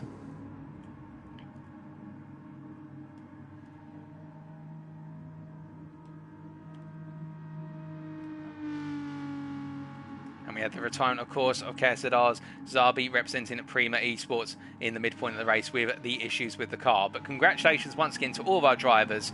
And as the race results now come in, it is a special congratulations to our triple race winner, GTD's Texastol from Italy.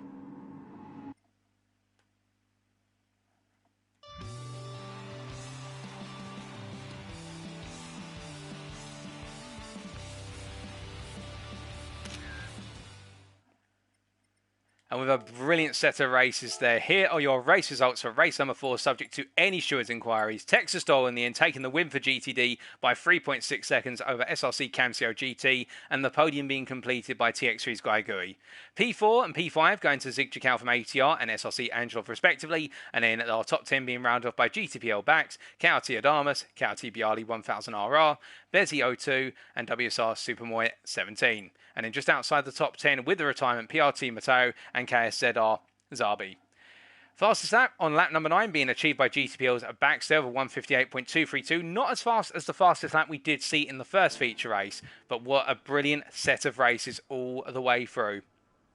And a great undercut from both Texastol and Camso, making it work massively, and also from Gaigui. As we now take a look at those final results, we're just going to put them into our spreadsheet tracker. Give us 2 seconds, ladies and gentlemen.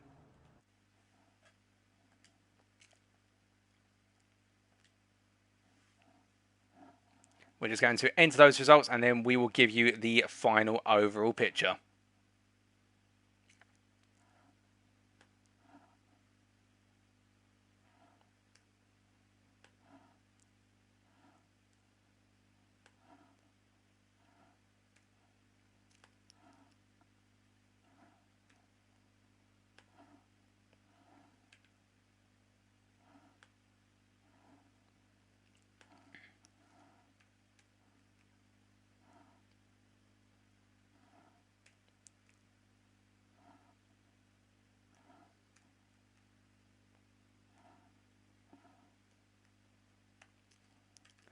Alrighty, ladies and gentlemen, well, I can tell you when all is said and done from tonight, subject to any stewards' inquiries, of course, that it is the case that our overall winner for Group C in the final round of the 2021 GT Fusion Team World Championship on Gran Turismo Sport was GTD's Texastol in the end with 3 wins and a 6th place.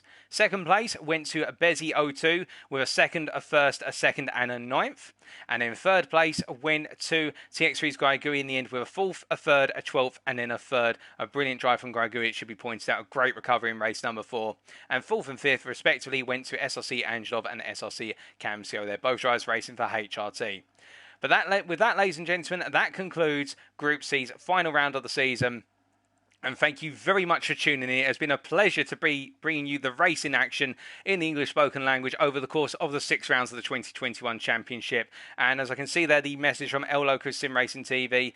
Well, it's been my pleasure, El Loco, and I do hope to come back next year. If you guys at GT Fusion will have me once again, it would be a pleasure to come back and bring you the 2022 action as we do make that transition to the Gran Turismo 7 platform and what lies ahead with all the new features in Gran Turismo 7. Who knows, but I'm sure it's going to be a fantastic championship in 2022 and one that we can be very excited to see. But ladies and gentlemen, that's been it from me. I have been Paul TX141 Walsh, also known as Britain of Spit. We have been GT Fusion. This has been the 2021 Championship. And as we bring the curtain down, as always, remember to stay well, stay smiling, stay safe. But most importantly, remember to stay on track. Good night.